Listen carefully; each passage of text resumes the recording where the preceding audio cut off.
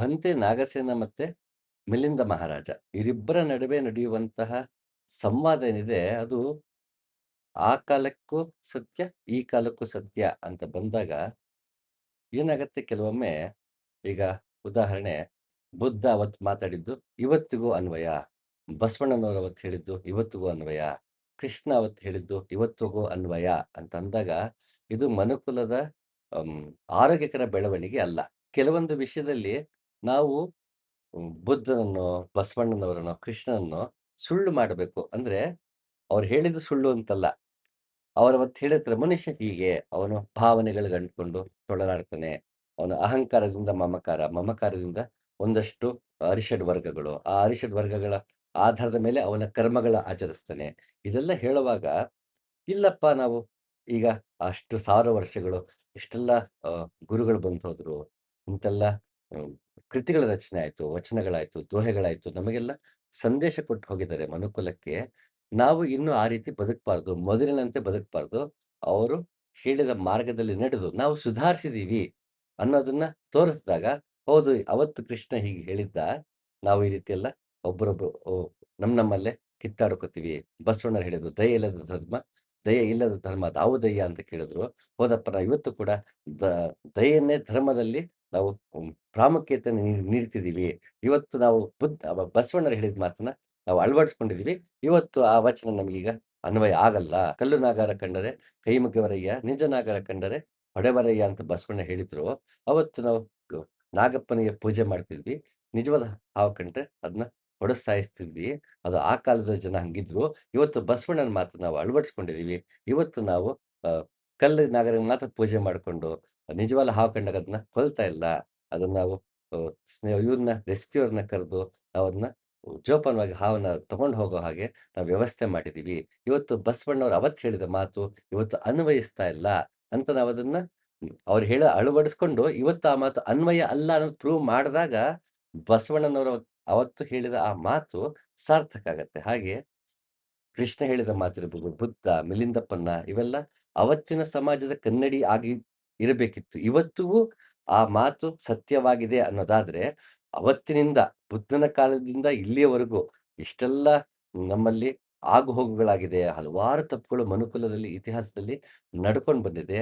ಆದ್ರಿಂದ ನಾವು ಕಲಿತಿಲ್ಲ. ನಮ್ಮ ತಪ್ಪುಗಳನ್ನ ತಿದ್ದುಗೊತ್ತಿಲ್ಲ ಅನ್ನೋದಕ್ಕೆ ಪ್ರೂಫ್ ಆಗತ್ತೆ ಹೊರತು, ಅದು ಮಿಲಿಂದನ ಮತ್ತೆ ಬಂತೆ ನಾಗಸೇನನ ಹ್ಮ್, ಹ್ಮ್, ಏನಂತಾರೆ ಅದು ಅವರಿಗೆ ಕ್ರೆಡಿಟ್ ಕೊಡಕ್ಕಾಗಲ್ಲ. ನೋಡಿ ಅವತ್ತು ಹೇಳಿದ್ದು ಇವತ್ತು ಅನ್ವಯಿಸ್ತಾ ಇದೆ ಅಂತ ಅವ್ರನ್ನ ಕೊಂಡಾಡೋದಲ್ಲ. ಇನ್ ಕೇಸ್ ಮನುಷ್ಯ ಹೀಗೆಲ್ಲ ತೊಳಲಾಡ್ತಾನೆ ಅಂತ ಹೇಳಿದ್ದು ಇವತ್ತು ಆ ಮಾತು ಅನ್ವಯಿಸ್ತಿದೆ ಅಂದ್ರೆ, ಅವತ್ತಿನ ಇವ್ರಿಗೂ ಮನುಷ್ಯ ಬದಲಾಗೇ ಇಲ್ಲ ಅಂತ. ಅದು ನಮಗೆ ನಾಚಿಕೆಯ ವಿಷಯವಾಗಬೇಕು. ಅವ್ರು ಹೇಳಿದ ಮಾತು ಇವತ್ತು ಅನ್ವಯಿಸಬಾರದು. ಕೆಲವು ಮಾತುಗಳು ಅನ್ವಯಿಸಬಾರದು. ಅದು ಇವತ್ತು ಅನ್ವಯಿಸ್ತಿದೆ ಅಂತಂದ್ರೆ, ನಾವು ಇಡೀ ಮನುಕುಲ ನಾವು ಪ್ರಬುದ್ಧತೆಯ ಕಡೆಗೆ ಹೊರಟಿಲ್ಲ, ಶಾಂತಿಯ ಕಡೆಗೆ ಹೊರಟಿಲ್ಲ ಅನ್ನೋದಕ್ಕೆ ಅದೊಂದು ಹ್ಮ್, ಸಾಕ್ಷಿಯಾಗಿ ನಿಲ್ಲತ್ತೆ ಹೊರತು, ಅದು ನಮ್ಗೆ ಅವನ ಮಾತು ಇವತ್ತು ಅನ್ವಯಿಸುತ್ತೆ ಅಂತ ಅದು ಹೆಮ್ಮೆಯ ವಿಷಯವಾಗಲ್ಲ. ಅದು ಅವನಿಗೆ ನಾವು ತೋರಿಸುವ ಅಗೌರವವೇ.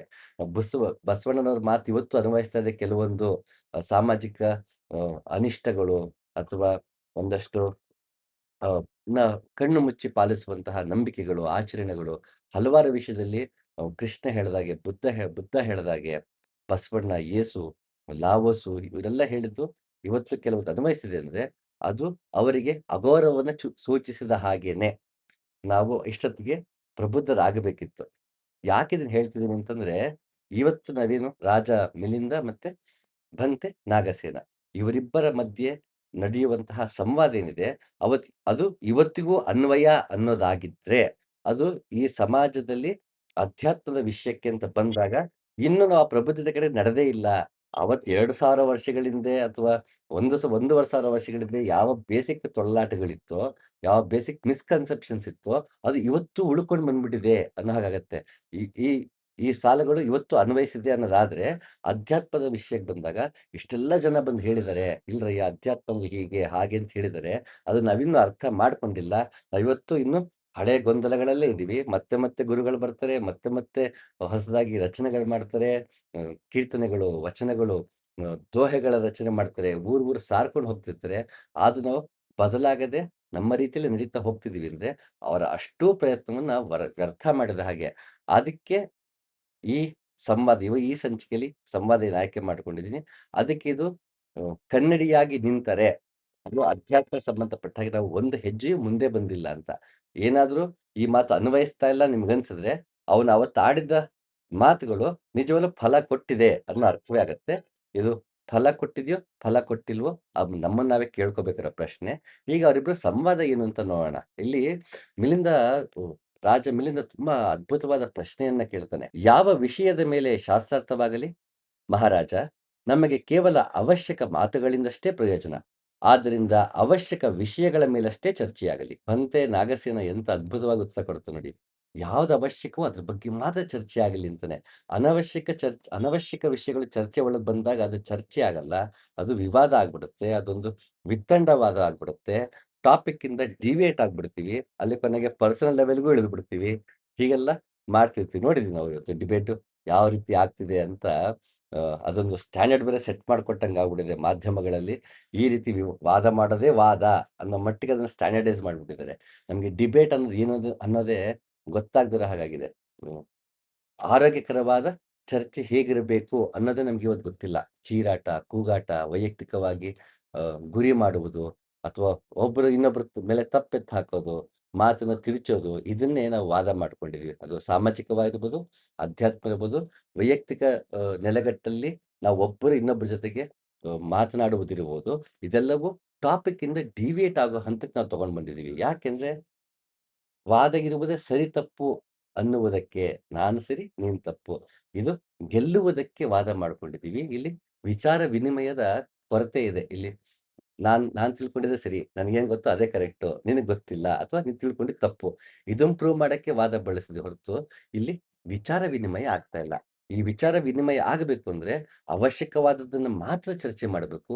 ಇ ಇ ಅವಶ್ಯಕವಾದ ಚರ್ಚೆ ಮಾಡಿಲ್ಲ ಅಂದ್ರೆ ಡಿವಿಯೇಟ್ ಆಗ್ತೀವಿ ಅಂತ ಸೂಕ್ಷ್ಮವಾಗಿ ನಮ್ಗೆ ಅ ಅ ನಾಗಸೇನ ನಮ್ಗೆ ಹೇಳ್ತಾ ಇದ್ದಾನೆ. ಅದಕ್ಕೆ ಸರಹಪಾದ ನಮ್ಗೆ ಸೂತ್ರ ಕೊಡ್ತಾನೆ. ಅಕ್ಷರದೊಡನೆ ಕೊಚ್ಚಿ ಹೋಗಿದೆ ಜಗತ್ತು. ಹೊರತಾದವರನ್ನು ಒಬ್ಬರನ್ನೂ ಕಾಣೆ. ದಾಟುವವರೆಗೆ ಮಾತ್ರ ಅಕ್ಷರ ಬಳಸು. ದಾಟಿದ ಮೇಲೆ ನಿರಕ್ಷಿಯಾಗಿರು. ಅದಕ್ಕೆ ರಮಣ ಮಹರ್ಷಿಗಳು ಒಂದು ಹಂತದವರೆಗೂ ಉತ್ತರ ಕೊಡ್ತಾ ಬರೋರು. ಆಮೇಲೆ ಏನ್ ಮಾಡೋರು, ಕೊನೆ ಒಂದು ಹಂತಕ್ಕೆ ಬಂದ ತಕ್ಷಣ ಚುಮ್ಮ ಇರು, ಸುಮ್ಮನಿರು ಅಂತಿದ್ರು. ಆಮೇಲೆ ಏನ್ ಮಾಡ್ಬೇಕು? ಅಮೈ ಅಂತ ಕೇಳ್ಕೋಬೇಕು. ಅಂದ್ರೆ ಒಂದು ಹಂತದವರೆಗೂ ಮಾತಾಡು, ಗುರುವಿನ ಜೊತೆ ಮಾತಾಡು. ವ್ಯರ್ಥವಾಗಿ ಮಾತಾಡ್ತಾ ಹೋಗ್ಬೇಡ. ಅಪ್ಲಿಕೇಶನ್‌ಗೆ ಬಾ. ಅಪ್ಲಿಕೇಶನ್ ಬಂದಾಗ ಏನ್ ಮಾಡ್ಬೇಕು? ಅಥವಾ ಅಪ್ಲಿಕೇಶನ್ ಬರೋದಕ್ಕೆ ಏನ್ ಮಾಡ್ಬೇಕು ಅಂದ್ರೆ ಸುಮ್ಮನಿರಬೇಕು. ಯಾವಾಗ ಸುಮ್ಮನಿರ್ತೀವಿ ಆಗ ಅಪ್ಲಿಕೇಶನ್ ಶುರು ಆಗುತ್ತೆ. ಅಪ್ಲಿಕೇಶನ್ ಸುಮ್ಮನಿದ್ರೆ ಅಪ್ಲಿಕೇಶನ್ ಶುರು ಆಗತ್ತೆ. ಮತ್ತೆ ಅಪ್ಲಿಕೇಶನ್ ಶುರು ಆದ ತಕ್ಷಣವೂ ನಾವು ಸುಮ್ಮನಿರ್ಬೇಕು. ಸುಮ್ಮನಿದ್ದು ಏನ್ ಮಾಡ್ಬೇಕಲ್ಲಿ? ನಾನು ಯಾರು? ಹೂ ಆಮ್ ಐ ಅಂತ ನಾವು ಕೇಳ್ಕೋಬೇಕು. ಅದಾಗಬೇಕು ಅಂತಂದ್ರೆ ಅವಶ್ಯಕವಾದದ್ದನ್ನ ಮಾತ್ರ ಮಾತಾಡಬೇಕು. ಅಕ್ಷರದೊಡನೆ ಕೊಚ್ಚಿ ಹೋಗಿದೆ ಜಗತ್ತು ಅಂತಾನೆ ಸರಹಪಾದ. ಇದು ಇವತ್ತಿನ ಮಾತಲ್ಲ. ಸರಹಪಾದ ಸುಮಾರು 1,500 ವರ್ಷಗಳ ಹಿಂದೆ, ಸುಮಾರು 1 1800 ವರ್ಷಗಳ ಹಿಂದೆ ಇದ್ದಂತ ವ್ಯಕ್ತಿ ಬಹುಶಃ. ಅವನು ಆ ಕಾಲಕ್ಕೆ ಹೇಳ್ತಾ ಇದ್ದಾನೆ, ಅಕ್ಷರದೊಡನೆ ಕೊಚ್ಚಿ ಹೋಗಿದೆ ಜಗತ್ತು. ಬರೀ ಮಾತೇ ನಮಗೆ, ಬರೀ ಮಾತು, ಮಾತು, ಮಾತು ನಾವು ಅಳವಡಿಸ್ಕೊಳ್ಳೋಕೆ ರೆಡಿ ಇಲ್ಲ. ಹಾಗಾಗಿ ಅದಕ್ಕೆಲ್ಲ ಹೇಳ್ತಾ ಇದ್ದಾನೆ, ಅಕ್ಷರದೊಡನೆ ಕೊಚ್ಚಿ ಹೋಗಿದೆ ಜಗತ್ತು. ಒಂದು ಹಂತದವರೆಗೂ ಮಾತಾಡು. ಒಂದು ಹಂತಕ್ಕೆ ಮಾತಾಡಿದ ನಂತರ ಅಲ್ಲಿ ನಿಲ್ಸು. ಅಲ್ಲಿ ನಿಲ್ಸಿ ನೀನು ನಿರಕ್ಷಿಯಾಗು, ಅಲ್ಲಿ ಮೌನವಾಗು. ಅಲ್ಲಿ ಇನ್ನು ಕಂಡುಕೊಳ್ಳುವುದರ ಕಡೆಗೆ ನೀನು ಹೋಗು. ಅದಕ್ಕೆ ಕಬೀರ್ ದಾಸರು ಹೇಳೋದು, ಪಾನಿ ಪಾನಿ ರಟತೆ ರಟತೆ ಪ್ಯಾಸ ಹಿ ಮರ ಜಾಯೆ ಅಂತ. ನಾವು ನೀರು, ನೀರು ಅಂತ ಇದ್ರೆ ನಮಗ್ ದಾಹ ತೀರಲ್ವಂತೆ. ಅವನು ನೀರು, ನೀರು ಅಂದ್ಕೊಂಡು ಸತ್ತೋಗ್ಬಿಡ್ತಾನಂತೆ. ಮೌಲ ಮೌಲ ಲಾಖ ಪುಕಾರೆ ಮೌನ ಮೌಲ ಹಾತ್ ನ ಆಯೆ. ನಾನು ಮೌಲ ಮೌಲ ದೇವ್ರೇ ದೇವ್ರೇ ದೇವ್ರೇ ಅಂತ ಕೂಗ್ತಾ ಇದ್ರೆ ದೇವ್ರು ಕೈಗೆ ಸಿಗಲ್ವಂತೆ. ಲಫ್ಜೋ ಮೇ ಹಮ್ ಖೇಲ್ ರಹೆ ಹೈ ಮಾನಾ ಹಾತ್ ನ ಆಯೆ ಅಂತಾರೆ. ನಾವು ಪದಗಳಲ್ಲಿ ಆಟ ಆಡ್ತಿದೀವಿ, ಅರ್ಥವೇ ಕೈಗೆ ಸಿಗ್ತಾ ಇಲ್ಲ. ಹೇಗೆ ಅಂದ್ರೆ ನಾವು ನೀರು ನೀರು ಅಂತಂದ್ರೆ ನಮ್ಗೆ ದಾಹ ತೀರಲ್ಲಪ್ಪ, ದಾಹದಲ್ಲೇ ಸತ್ತೋಗ್ಬಿಡ್ತೀವಿ. ಅದೇ ರೀತಿ ನಾನು ದೇವ್ರು ದೇವ್ರು ದೇವ್ರು ಅಂತ ಇದ್ದೀನಿ. ಆದ್ರೆ ನಾವನ್ನ ಸವಿಯೋದಕ್ಕೆ ನೋಡ್ತಾ ಇಲ್ಲ. ಅವನ್ನ ಕಂಡ್ಕೊಳಕ್ ನಾವು ನೋಡ್ತಾ ಇಲ್ಲ. ಬರೀ ಅಕ್ಷರದೊಡನೆ ಕೊಚ್ಚಿ ಹೋಗಿದೆ ಜಗತ್ತು. ಅದಕ್ಕೆಲ್ಲ ಹೇಳ್ತಾ ಇದಾರೆ, ನೀನು ಅವಶ್ಯಕವಾದದ್ದನ್ನು ಮಾತ್ರ ಮಾತಾಡು. ಆಗ ನೀ ಅಕ್ಷರದಲ್ಲಿ ಕೊಚ್ಚಿ ಹೋಗೋದಿಲ್ಲ. ಎಷ್ಟು ಮಾತಾಡಬೇಕು ಅಂತ ಅರಿವಿಟ್ಟುಕೊಂಡು ಮಾತಾಡು ಅಂತ ಅಲ್ಲಿ ನಾಗಸೇನನು ಹೇಳಿದಾನೆ. ಅವನು ಬೇರೆ ಕಾಲದವನು. ಈ ಕಡೆ ಅ ಸರಹಪಾದ ಬೇರೆ ಕಾಲದವನು. ಕಬೀರ್ ದಾಸರು ಇಲ್ಲಿಂದ 800 ವರ್ಷ ಹಿಂದೆ ಇದ್ದವರು. ಅವ್ರು ಹೇಳಿದ್ದು ಅದನ್ನೇ. ಮತ್ತೆ ಮತ್ತೆ ಬಂದು ಅದನ್ನೇ ಹೇಳ್ತಾ ಇದಾರೆ. Old wine in a new bottle ಅಂದ ಹಾಗೆ ಮತ್ತೆ ಮತ್ತೆ ಅದನ್ನೇ ಹೇಳ್ಬೇಕಾಗಿ ಬಂದಿದೆ. ಅಂದ್ರೆ ಪದೇ ಪದೇ ಅದನ್ನೇ ಹೇಳ್ಬೇಕು. ಮತ್ತೆ ಜನ ಅದನ್ನ ಅಳವಡಿಸ್ಕೊಳ್ಳಲ್ಲ. ಮತ್ತೆ ಇನ್ನೊಬ್ಬ ಬರ್ಬೇಕು ಗುರು, ಮತ್ತದನ್ನೇ ಹೇಳಬೇಕು. ಅದು ಹ್ಮ್. ಹ್ಮ್. ಯದಾ ಯದಾ ಹಿ ಧರ್ಮಸ್ಯ ಅಂದಂಗೆ ಕೃಷ್ಣ ಆಗಾಗ ಅಧರ್ಮ ತಲೆ ಎಳ್ತಿರತ್ತೆ. ಗುರುವಾಣಿ ಮರ್ತೋಗ್ಬಿಡ್ತಿರತ್ತೆ. ಮತ್ತೆ ನಮ್ಮ ಗುರು ಬರ್ಬೇಕು. ಮತ್ತೆ ಹೊಸದಾಗೆಲ್ಲ ನೆನಪಿಸ್ಬೇಕು. ಆ ರೀತಿ ಆಗೋಗಿದೆ. ಅದಕ್ಕೆ ಇನ್ನೊಂದ್ ಕಡೆ ಚೆನ್ನಾಗಿ ಹೇಳ್ತಾನೆ ಸರಹಪಾದ. ಜ್ಞಾನಿಗಳ ಮಾತಿನಲ್ಲಿ ಧರ್ಮ ಯಾವುದೆಂಬುದ ತಿಳಿ. ಲೋಕಾಚಾರದಲ್ಲಿ ಕರ್ಮವೇನೆಂಬುದ ತಿಳಿ. ಸಹಜದಲ್ಲಿ ಸಕಲ ತತ್ವವ ಕಾಣು. ಲೋಕಾಚಾರವ ಉಪೇಕ್ಷೆಯಿಂದ ಕಾಣು. ಜ್ಞಾನಿಗಳ ಮಾತಲ್ಲಿ ಧರ್ಮ ಯಾವುದು ಅಂತ ತಿಳಿಬೇಕು. ಹಾಗೆ ಜೀವನದಲ್ಲಿ ನಾವು ನಡೀತಾ ನಡೀತಾ ನಮ್ಮ ದಿನನಿತ್ಯದ ಕರ್ತವ್ಯಗಳನ್ನ ಆಚರಣೆ ಮಾಡ್ತಾ ಮಾಡ್ತಾ ಲೋಕಾಚಾರವನ್ನು ತಿಳಿಬೇಕು. ಒಂದು ಹಂತಕ್ಕೆ ಬಂದಾಗ ಇನ್ನು ಸಂಸಾರದ ಗೊಡವೆ ಅಂದ್ರೆ ಅದರ ಕಡೆನೇ ಸಂಪೂರ್ಣ ಮುಳುಗಿ ಹೋಗುವುದು. ಅದರ ಕಡೆಗೆ ಗಮನ ಬಿಟ್ಟು ಧಾರ್ಮಿಕವಾಗಿ ನಡೆಯೋದಕ್ಕೆ ಶುರು ಮಾಡಬೇಕು. ಒಂದು ಹಂತದವರೆಗೂ ಮಾತು ಬೇಕು. ಒಂದು ಹಂತದವರೆಗೂ ನಾವು ತಿಳ್ಕೋಬೇಕು. ತಿಳ್ಕೊಂಡ ನಂತರ ನಾವು ಆಚರಣೆಗೆ ತೊಡಗಬೇಕು. ಅದಕ್ಕೆ ಎರಡೂ ಕೂಡ ಮುಖ್ಯ. ಅವನು ಹ್ಮ್, ಬಹಿರಂಗ ಶುದ್ಧಿ, ಅಂತರಂಗ ಶುದ್ಧಿ ಎರಡನ್ನೂ ಸರಹಪಾದ ಹೇಳ್ತಾ ಇದ್ದಾನೆ. ಆ ಜ್ಞಾನಿಯ ಜೊತೆಗಿದ್ದು ಧರ್ಮವನ್ನು ತಿಳಿಯುವುದು ಅಂತರಂಗ ಶುದ್ಧಿಯಾದರೆ, ಕರ್ಮಗಳನ್ನು ಆಚರಿಸ್ತಾ ಲೋಕವನ್ನು ತಿಳಿಯುವುದು ಬಹಿರಂಗ ಶುದ್ಧಿ. ಈ ಎರಡೂ ಶುದ್ಧಿ ಆಗಬೇಕು ಅಂದ್ರೆ ನಾವು ಅನವಶ್ಯಕ ಚರ್ಚೆ ಮಾಡಬಾರದು. ಅವಶ್ಯಕವಾದ ಚರ್ಚೆಯಲ್ಲಿದ್ದಾಗ ಮಾತ್ರ ಗುರುವಿಂದ ನಮಗೆ ಆ ಗುರುವಿನ ಜ್ಞಾನದಿಂದ ಧರ್ಮ ಸಿಗೋದಕ್ಕೆ ಸಾಧ್ಯ. ಅದಕ್ಕೆ ಕೋತಿ ಹಾಂಗ ಬೆನ್ನು ಹತ್ತಿರಬೇಕು ಅಂತ ಕಡಪಾಳ ಮಡಿವಾಳಪ್ಪ ಹೇಳ್ತಾನೆ. ಯಾವಾಗ ನಿಮಗೆ ನಿಜವಾದ ಜ್ಞಾನ ಸಿಗ್ತಾನೆ, ಅವನ್ನ ಕೋತಿ ಹಾಗೆ ಬೆನ್ನು ಹತ್ತಿರಬೇಕಂತೆ, ಬಿಡಬಾರದಂತೆ, ಅವನಿಂದ ಪಡ್ಕೊಳ್ತಾ ಹೋಗ್ಬೇಕಂತ. ಅದಕ್ಕೆ ಗುಂಡಪ್ಪ ಹೇಳೋದು, "ಪರಮ ಸತ್ಯವ ಕಂಡ ಗುರುವನ ಅರಸುವುದೆಲ್ಲಿ, ದೊರೆತಂದು ನಿಮ್ ಧನ್ಯ ಮಂಕುತಿಮ್ಮ" ಅಂತವ್ನು ಸಿಗೋದೇ ಕಷ್ಟ. ಅವ್ನು ಸಿಕ್ಕಿದ್ ನಿನಗೆ ಪುಣ್ಯ ಅಂತ. ನನ್ನ ಗುರುಗಳು ನಾಗರಾಜಪ್ಪ ಚೆನ್ನಾಗಂತಿದ್ರು. ಗುರು ಸಿಗೋದು ದುರ್ಲಭ, ಸಿಕ್ಕಿದಾಗ ಬಹುಲಾಭ ಅಂತ. ಯಾಕೆ ಅಂದ್ರೆ, ನನ್ನ ಗೆಳೆಯರೊಬ್ಬರ ಬಗ್ಗೆ ನಾನು ಕೇಳ್ಕೊತಿದ್ದೆ. ನನ್ನ ಗುರುಗಳು ಹೀಗಿದ್ದಾರೆ ನಾಗರಾಜಪ್ಪ ಅಂತ. ದುರ್ಗದ ಹತ್ರ ಇರ್ತಾರೆ. ಅವರು ನಮ್ಮ ಶಿಶ್ನ ಶರೀಫರ ಗುರು ಪರಂಪರೆಯಲ್ಲಿ ಅವರು ಗುರು ಆಗಿದ್ದಾರೆ. ನಾನಾಗಿನ್ನು ದೀಕ್ಷೆ ಪಡೆದು ಬಹುಶಃ ಒಂದು 5, 6 ವರ್ಷ ಆಗಿತ್ತು ಅಪ್ಪಾಜಿ ಹತ್ರ. ಮೊದಲನೇ ಮಾರ್ಗ, 2ನೇ ಮಾರ್ಗ ಅಂತಲಿರುತ್ತೆ. ಆ ಮೊದಲನೇ ಮಾರ್ಗ, 2ನೇ ಮಾರ್ಗ ಮುಗ್ದಿತ್ತು ಅನ್ಸುತ್ತೆ ಬಹುಶಃ. ಅಷ್ಟಾಗಿ ನೆನಪಿಲ್ಲ. ಆ ಹಂತ ಅಲ್ಲಿ ನಾನು ನನ್ನ ಗೆಳೆಯನಿಗೆ ಹೇಳ್ಕೊತಿದ್ದೆ, ಹೀಗೆ ನಮ್ಮ ಗುರುಗಳೊಬ್ರಿದ್ದಾರೆ ಅಂತ. ಅವನಿಗೆ ನಮ್ಮ ನಮ್ಮ ಮಾರ್ಗ, ನಮ್ಮ ಶರೀಫಜ್ಜನ ಪರಂಪರೆ ಎಲ್ಲ ವಿವರಿಸಿದ್ದಾಗ, ನಾನು ಒಂದ್ಸಲಿ ಭೇಟಿ ಆಗ್ಬೇಕು ನಿಮ್ಮ ಗುರುಗಳನ್ನ ಅಂತ ಹೇಳಿದ್ರು. ಸರಿ ಇಬ್ರು ಜೊತೆಗೆ ಹೋದ್ವಿ. ಆ, ಸುಮಾರು ಬೆಳಗ್ಗೆಯಿಂದ ಸಂಜೆವರೆಗೂ ಜೊತೆಗಿದ್ವಿ. ನನ್ನ ಗುರುಗಳ ಜೊತೆ, ನಾಗರಾಜಪ್ಪವ್ರ ಜೊತೆ. ನನ್ನ ಗೆಳೆಯ ಕೂತಿದ್ದವನು ಲೋಕಾರೂಢಿ ಮಾತುಗಳಲ್ಲೇ ತೊಡ್ಕೊಂಡಿದ್ದ. ಸಿನಿಮಾ, ಕ್ರಿಕೆಟು, ರಾಜಕೀಯ ಅಂತ ಹೀಗೆ ಏನೇನೋ ವಿಷಯಗಳು ಮಾತಾಡ್ತಾ ಇದ್ದ. ಅಪ್ಪಾಜಿ ಕೂಡ ನನ್ನ ಗುರುಗಳನ್ನ ಅಪ್ಪಾಜಿ ಅಂತಾನೆ ಕರೆಯೋದು. ಅಪ್ಪಾಜಿ ಕೂಡ ಹೇಳಿದ್ದಕ್ಕೆಲ್ಲ ಮಧ್ಯ ಅನ್ನೋದು, ಒಂದೆರಡು ಉತ್ತರ ಕೊಡೋದು. ಮತ್ತೆ ಆದಷ್ಟು ಅದನ್ನ ಇಂಡೈರೆಕ್ಟ್ ಆಗಿ ಆ ಟಾಪಿಕ್ ಎಂಡ್ ಆಗ್ಲಿ ಅನ್ನೋ ಹಾಗೆ ಸೂಚಿಸ್ತಿದ್ರು. ಬಹುಶಃ ಅದು ಅವ್ನಿಗೆ ಗೊತ್ತಾಗ್ಲಿಲ್ಲ. ನಾನು ನೋಡ್ತಾ ಕೂತಿದ್ದೆ. ಏನಿದು ಇಲ್ಲಿ? ಯಾರನ್ನ ನೋಡ್ಬೇಕು ಅಂತ ಬಂದಿದ್ದಾನೋ ಆ ವ್ಯಕ್ತಿನ. ಆ ವ್ಯಕ್ತಿ ಜೊತೆಗೆ ಏನ್ ಮಾತಾಡ್ಬೇಕು ಅನ್ನೋದು ಆ ಅರಿವು ಹೊರ್ಟೋಯ್ತಲ್ಲ. ಬಹುಶಃ ಇಲ್ಲಿ ಸಿಕ್ಕ ಅವಕಾಶ ಕಳ್ಕೊತಾ ಇದ್ದಾನ. ಮತ್ತೆ ಇಲ್ಲಿ ಗುರು ತಟಸ್ಥವಾಗಿದ್ದಾನಲ್ಲ ಅಂತ. ಅಲ್ಲಿ ಅದನ್ನು ಕೂಡ ಅದು ನಿನಗೆ ಅರಿವಾಗಬೇಕಿತ್ತಲ್ಲ ಅನ್ನೋದು. ಅಥವಾ ಬಹುಶಃ ಅದ್ ನಿನ್ ಕೆಲಸ ಆಗಿತ್ತು ಅಂತ ನನ್ನ ಕಡೆಗೆ ಬೆರಳು ಮಾಡ್ತಿದ್ರೇನೋ. ನೀ ಕರ್ಕೊಂಡ್ ಬರ್ಬೇಕಾದ್ರೆ ಗೊತ್ತಿರ್ಬೇಕಿತ್ತು ಏನ್ ಮಾತಾಡಿಸ್ಬೇಕು, ಏನ್ ಮಾತಾಡ್ಬಾರ್ದು ಅನ್ನೋದು. ನಾನಾ ವಿಷಯಕ್ಕೆ ನಂಗೆ ಒಂದೊಂದ್ಸಲಿ ಯೋಚನೆ ಆಗತ್ತೆ. ಅವತ್ತು ಅಪ್ಪಾಜಿ ಯಾಕೆ ಹಾಗೆ ವರ್ತಿಸಿದ್ರು ಅನ್ನೋದಕ್ಕೆ ನೂರಾರು ಕಾರಣಗಳು ಅದಕ್ಕೆ ಹೊಳಿತಾ ಹೋಗುತ್ತೆ. ಈಗ ಆ ಘಟನೆ ಮತ್ತೊಂದಿನ ಸವಿಸ್ತಾರವಾಗಿ ನೋಡೋಣ. ಅವತ್ತು ಇಡೀ ಒಂದು ದಿನ ಹೇಗಿತ್ತು ನನ್ನ ಜೊತೆ ಗುರುಗಳನ್ನ ನೋಡೋದಕ್ಕೆ, ನನ್ನ ಗೆಳೆಯನ್ನ ಕರ್ಕೊಂಡು ಹೋದಾಗ ನಡೆದ ಘಟನೆಯನ್ನ ಯಾವ್ಯಾವ ರೀತಿಯಲ್ಲಿ ನೋಡ್ಬೋದು ಅನ್ನೋದನ್ನ ಮತ್ತೊಂದು ದಿನ ನೋಡೋಣ. ಸೊ, ಇಡೀ ಒಂದು ದಿನ ಪೂರ್ತಿ ಇದ್ದಿದ್ದಾಯ್ತು. ವಾಪಸ್ ಹೊರಡ್ಬೇಕಾದ್ರೆ ನನ್ನ ಗೆಳೆಯ ಇನ್ನೇನು ಹಿರಿಯೂರ ಹತ್ರ ಬರ್ತಾ ಇದ್ವಿ. ಆಗ ಅಯ್ಯೋ! ನಾನು ಗುರುಗಳ ಭೇಟಿ ಆಗಕ್ಕೆ ಬಂದೆ. ಕೊನೆಗೆ ಏನ್ ಮಾತಾಡ್ಬೇಕಿತ್ತು ಅದನ್ನ ಮಾತಾಡ್ಲಿವಲ್ಲ, ನಾನು ಕೇಳಲೇವಲ್ಲ, ನಾನು ಏನೇನೋ ಮಾತಾಡ್ಬಿಟ್ನಲ್ಲ ಅಂತ ಅನ್ನಿಸ್ತು. ಬಹುಶಃ ಇರ್ಬೋದಪ್ಪ ನಿನ್ಗೆ ತಕ್ಷಣ ಅದು ಹೊಳೆದಿರ್ಲಿಲ್ವೋ, ನಾನಾ ಕಾರಣಗಳಿಗಾಗಿರ್ಬೋದು. ಪರವಾಗಿಲ್ಲ ಬಿಡು ಅಂತ ಕರ್ಕೊಂಡ್ ಬಂದಿದ್ದಾಯ್ತು. ನಮಗೆ ಕೆಲವೊಂದ್ಸಲಿ ಎಷ್ಟು ಅ ಅಡಿಕ್ಟ್ ಆಗ್ಬಿಟ್ಟಿರ್ತೀವಿ ಅಂದ್ರೆ, ನಮಗೆ ಯಾವ್ದು ಅವಶ್ಯಕ, ಯಾವ್ದು ಅನವಶ್ಯಕ, ಯಾರ ಜೊತೆ ಏನು ಮಾತಾಡಬೇಕು ಅನ್ನೋ ಅರಿವು ನಮ್ಗೆ ಕೂಡ ಇಲ್ದರ ಹಾಗಾಗ್ಬಿಡುತ್ತೆ. ಆಗ ನಮಗೆ ಸೂಕ್ತವಾದ ವ್ಯಕ್ತಿ, ನಾವು ಯಾವುದನ್ನ ಬಯಸ್ತಿದ್ವೋ, ಅದನ್ನೇ ದಯಪಾಲಿಸುವಂತಹ ವ್ಯಕ್ತಿ ನಮಗೆ ಸಿಕ್ಕಿದಾಗ, ಅವನ ಜೊತೆ ನಾವು ಏನ್ ಮಾತಾಡ್ಬೇಕು ಅನ್ನೋದೇ ನಮಗೆ ಗೊತ್ತಿರಲ್ಲ. ಯಾವ ವಿಷಯ ಕೇಳ್ಬೇಕು ನಮ್ಗೆ ಗೊತ್ತಿರಲ್ಲ. ಎಷ್ಟೋ ಸಲಿ ಮಾತಾಡೋ ಅವಶ್ಯಕತೆಯೂ ಇಲ್ಲ ಅಂತವ್ನು ಸಿಕ್ಕಿದ್ರೆ ಸುಮ್ನೆ ಕೂರ್ಬೇಕು ಅನ್ನೋದು ನಮಗ್ ಗೊತ್ತಿರಲ್ಲ. ಆಮ್, ಅದಕ್ಕೆ ರಮಣ ಮಹರ್ಷಿ ಮುಂದೆ ಅವರು ಸುಮ್ನಿರು, ಸುಮ್ನಿರು ಅಂತ ಹೇಳಿದ್ರು ಕೂಡ ಯಾರು ಸುಮ್ನೆ ಕೂರ್ಲೇ ಇಲ್ಲ. ಕೊನೆಗೆಲ್ಲ ಮಾತಾಡಿಸ್ಕೊಂಡು ಹೋದವ್ರೆ. ಹಾಗೆ ಎಲ್ಲ ಗುರುವಿನ ಜೊತೆಗೂ ಆ ರೀತಿ ಆಗ್ಬಿಡುತ್ತೆ. ಅದಕ್ಕೆ ಅಲ್ಲಿ ಎಚ್ಚರಿಕೆ ನೀಡುತ್ತದೆ ಮೇಲಿಂದ ಯಾವ್ದ್ರ ಬಗ್ಗೆ ಚರ್ಚೆ ಆಗ್ಬೇಕು, ಅವಶ್ಯಕವಾದ ವಿಷಯ ಬಗ್ಗೆ ಮಾತ್ರ ಚರ್ಚೆ ಆಗ್ಬೇಕು. ಅನವಶ್ಯಕದೆಲ್ಲ ಬೇಡ. ಸೊ ಇಲ್ಲಿ ರಾಜ, ಮಿಲಿಂದ ಮತ್ತೆ ನಾಗಸೇನ ಇವರಿಬ್ಬರು ಸೇರಿರೋದೇ ವಿಚಾರ ವಿನಿಮಯಕ್ಕೆ, ಜ್ಞಾನಾರ್ಜನೆಗೆ. ಆದ್ರಿಂದ ಜ್ಞಾನಾರ್ಜನೆ ಅಂತ ಬಂದಾಗ ಇಲ್ಲಿ ಈತ ಸನ್ಯಾಸಿ, ಈತ ಸನ್ಯಾಸದ ಬಗ್ಗೆ, ಅಧ್ಯಾತ್ಮದ ಬಗ್ಗೆ ಮಾತನಾಡಬಲ್ಲ. ಅದ್ರ ಬಗ್ಗೆ ಮಾತಾಡೋಣ. ಮಿಕ್ಕಿದ್ರ ಬಗ್ಗೆ ಮಾತಾಡೋ ಅವಶ್ಯಕತೆ ಇಲ್ಲ. ಮಿಕ್ಕಿದೆಲ್ಲ ಮಾತಾಡಕ್ಕೆ ನಿಂಗೆ ಮನ್ಸಿಗಳಿದ್ದಾರೆ, ಮತ್ತೊಬ್ಬರಿದ್ದಾರೆ, ಸಲಹೆಗಾರರಿದ್ದಾರೆ. ಅವ್ರ ಜೊತೆ ನೀ ಮಾತಾಡಪ್ಪ. ಧರ್ಮ ಮತ್ತೆ ಅಧ್ಯಾತ್ಮ ಇದ್ರ ಬಗ್ಗೆ ನಾನು ಮಾತಾಡಬಲ್ಲೆ ಅಂತ ಇಂಡೈರೆಕ್ಟ್ ಆಗಿ, ಅದು ಇದನ್ನೇ ಮಾತಾಡು ಅಂತ ಹೇಳ್ತಿಲ್ಲ. ಬಟ್ ಇಂಡೈರೆಕ್ಟ್ ಆಗಿ ಇಂಡಿಕೇಟ್ ಮಾಡ್ತಿದ್ದಾರೆ. ಅವಶ್ಯಕವಾದದ್ದನ್ನ ಮಾತ್ರ ಮಾತಾಡೋಣ. ಹಾಗೆ ಲೌಕಿಕ ಅವಶ್ಯಕ ಅಲ್ವಾ? ಲೌಕಿಕ ಅವಶ್ಯಕವೇ. ಆದ್ರೆ ಹಂತೆ ನಾಗಸೇನನ ಕರೆಸಿದ ಉದ್ದೇಶ ಏನಿದೆ, ಆ ಉದ್ದೇಶದ ಚೌಕಟ್ಟಲಿನಲ್ಲಿ ಒಳಗೆ ನೋಡಿದಾಗ ನಮ್ಗೆ ಅಲ್ಲಿ ಅವಶ್ಯಕವಾದ ವಿಷಯಗಳು ಬೇರೆ. ಹಾಗೆ ಹಂಗಾರೆ ಲೌಕಿಕ ಮಾತಾಡಿಲ್ಲ ನಾಗಸೇನ ಮತ್ತೆ ಪಂತೆ, ನಾಗಸೇನ ಮತ್ತೆ ಮಿಲಿಂದ ಲೌಕಿಕ ಮಾತಾಡಿಲ್ಲ ಅಂದ ತಕ್ಷಣ ಲೌಕಿಕ ಮುಖ್ಯ ಅಲ್ಲ ಅಂತಲ್ಲ. ಅವನ ಜೊತೆಗೆ ಲೌಕಿಕ ಮುಖ್ಯ ಅಲ್ಲ. ಲೌಕಿಕವಾದ ವ್ಯಕ್ತಿಯ ಜೊತೆಗೆ ಅಧ್ಯಾತ್ಮ ಮಾತನಾಡುವುದು ಮುಖ್ಯ ಅಲ್ಲ. ಅಧ್ಯಾತ್ಮದಲ್ಲಿರುವ ವ್ಯಕ್ತಿ ಜೊತೆಗೆ ಲೌಕಿಕ ಮಾತಾಡುವುದು ಮುಖ್ಯ ಅಲ್ಲ. ಇತ್ತ ಬಾರಯ್ಯ, ಇತ್ತ ಬಾರಯ್ಯ ಎಂದು ಭಕ್ತರೆಲ್ಲರೂ ಕೂರ್ತು ಹತ್ತೆ ಕೆರವುತ್ತಿರಲು ಮತ್ತೆ ಕೆಲಕ್ಕೆ ಸಾರ್ದು ಶರಣೆಂದು ಹಸ್ತ ಬಾಯನೆ ಮುಚ್ಚಿ ಕಿರಿದಾಗಿ ಭೃತ್ಯಾಚಾರವ ನುಡಿದು ವಿನಯ ತದ್ಧ್ಯಾನ ಉಳ್ಳಡೆ ಎತ್ತಿಕೊಂಬನಯ್ಯ ಕೂಡದ ಸಂಗಮದೇವ ಪ್ರಮಥರ ಮುಂದೆ. ಶರಣರು ಹೇಗಿರ್ಬೇಕು ಅಂತ ಇಲ್ಲಿ ಬಸವಣ್ಣ ಹೇಳ್ತಿದ್ದಾರೆ ಅಲ್ಲಿ. ಇತ್ತ ಬಾರಯ್ಯ, ಇತ್ತ ಬಾರಯ್ಯ ಅಂತ ಕರೆದಾಗ ನಾನು ಕೈ ಬಾಯಿ ಮುಚ್ಕೊಂಡು ಹೀಗೆ ಎಷ್ಟಿದೆ ಅಷ್ಟು ಮಾತ್ರ ಮಾತಾಡಿಕೊಂಡು ನಾನು ಧ್ಯಾನದಲ್ಲಿ ತೊಡಗಿದ್ದಾಗ ತದ್ಧ್ಯಾನದಲ್ಲಿ ನಾನು ಅರಿವಿನಿಂದ ಬದುಕಿದ್ದಾಗ ಶರಣರ ಜೊತೆ ಸೇರಿದ್ದೇನೆ. ಬಸವಾದಿ ಪ್ರಮುಖರಿದ್ದಾರೆ. ಅವರ ಮಧ್ಯನ ಇದ್ದಾಗ ಅಲ್ಲಿನ ಮೌನಕ್ಕೆ ಜಾರಬೇಕು. ಅಲ್ಲಿ ನಾನು ಗುರುವ ವಾಣಿಯಿಂದ ಪಡಿಬೇಕು. ಧ್ಯಾನಕ್ಕೆ ಜಾರಬೇಕು. ನನ್ನೊಳಗೆ ನಾನು ಪ್ರತ್ಯಾಹಾರ ಮಾಡ್ಕೋಬೇಕು. ನಾನು ಧಾರಣೆ ಆಗಬೇಕು. ಧ್ಯಾನಕ್ಕೆ ಕೂತು ಸಮಾಧಿಗೆ ಹೋಗ್ಬೇಕು. ಅದಕ್ಕೆ ಅದು ಶರಣ ಪರಂಪರೆ ಅಂದ್ರೆ ಅಲ್ಲಿ ಆತ್ಮ ಸಾಕ್ಷಾತ್ಕಾರದ ಕಡೆಗೆ ಗಮನ ಕೊಡಬೇಕು. ಅದನ್ನ ಮಾಡ್ಕೊಂಡು ಬಂದ್ರೆ ಖಂಡಿತ ಕೂಡಲ ಸಂಗಮ ದೇವ ಕೈ ಹಿಡಿತಾನೆ ಅಂತ ಶರಣರು ಹೇಗಿರಬೇಕು ಅಂತ ಬಸವಣ್ಣ ಹೇಳ್ತಾರೆ.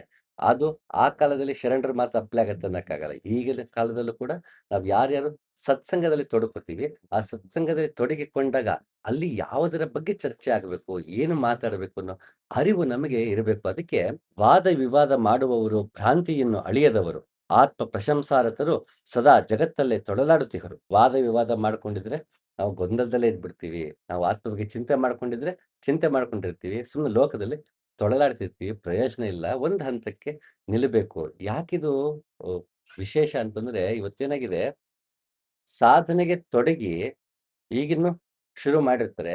ಆಗ್ಲೇ ನಾನು 1 ಗಂಟೆ ಕಾಲ ನಾನು ಧ್ಯಾನಕ್ಕೆ ಕೂತೆ, 2 ಗಂಟೆ ಕಾಲ ಧ್ಯಾನಕ್ಕೆ ಕೂತೆ ಅಂತ ರೀಲ್ಸ್ ಮಾಡಕ್ ಸ್ಟಾರ್ಟ್ ಮಾಡ್ಬಿಟ್ಟಿರ್ತಾರೆ. ಅದು ಅವ್ರು ಎಲ್ಲಿಂದ ಶುರು ಮಾಡಿದ್ರು, ಬೆಳಿಗ್ಗೆ 6 ಗಂಟೆಗೆ ಎದ್ರು ಅಥವಾ ಬ್ರಾಹ್ಮಿ ಮುಹೂರ್ತದಲ್ಲಿ ಎದ್ರು.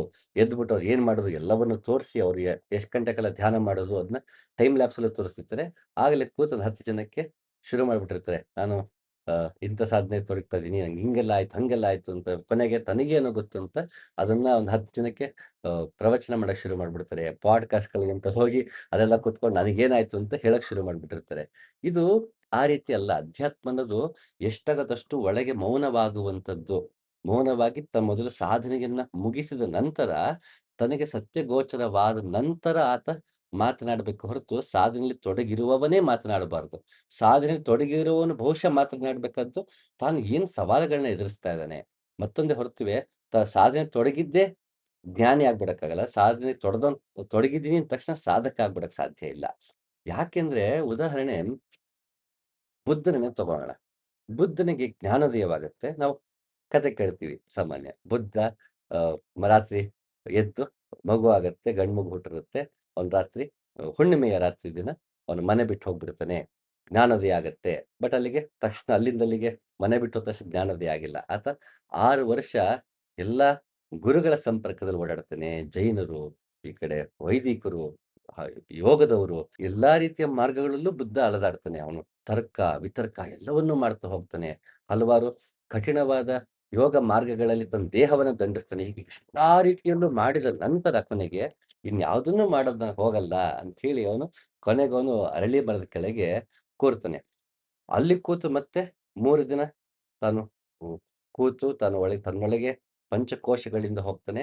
ಮತ್ತೊಮ್ಮೆ ನೋಡೋಣ ಬುದ್ಧನಿಗೆ ಯಾವ ರೀತಿ ಜ್ಞಾನೋದಯ ಆಯ್ತು, ಅವನ ಮೆಥಡಾಲಜಿ ಏನು ಅಂತ ನೋಡೋಣ. ಸೊ ಇದಾದ ನಂತರ ಕಣ್ಣು ಬಿಡುತ್ತಾನೆ. ತಾನು ಹೊಸ ವ್ಯಕ್ತಿಯಾಗಿದ್ದಾನೆ ಅಥವಾ ತಾನಾಗಿದ್ದಾನೆ. ತಾನು ನಿಜ ಸ್ವರೂಪದಲ್ಲಿ ನೆಲೆ ನಿಂತಿದ್ದಾನೆ. ಅದಾದ ತಕ್ಷಣ ಅವನು ಬಂದ ತಕ್ಷಣ ಅವನು ಪ್ರವಚನ ಶುರು ಮಾಡಿಲ್ಲ. 1 ವಾರ ತಾನು ಅಲ್ಲೇ ಇರ್ತಾನಂತೆ. ಇವತ್ತು ಕೂಡ ಬುದ್ಧನ ಜ್ಞಾನೋದಯವಾದ ಜಾಗಕ್ಕೆ ನೀವು ಹೋದ್ರೆ ಅಲ್ಲಿ ತೋರಿಸ್ತಾರೆ. ಬುದ್ಧ ಇಡೀ ಒಂದು ದಿನ ನಿಂತ ಭಂಗಿಯಲ್ಲೇ ನಿಂತಿದ್ದ. ಈ ಜಾಗದಲ್ಲಿ ಬುದ್ಧ ಮಲಗಿದ ಭಂಗಿಯಲ್ಲೇ ಮಲಗಿದ್ದ. ಅವನು ಎಲ್ಲಾ ಭಂಗಿಗಳಲ್ಲೂ ಆನಂದವನ್ನು ಆಸ್ವಾದಿಸ್ತಾನೆ.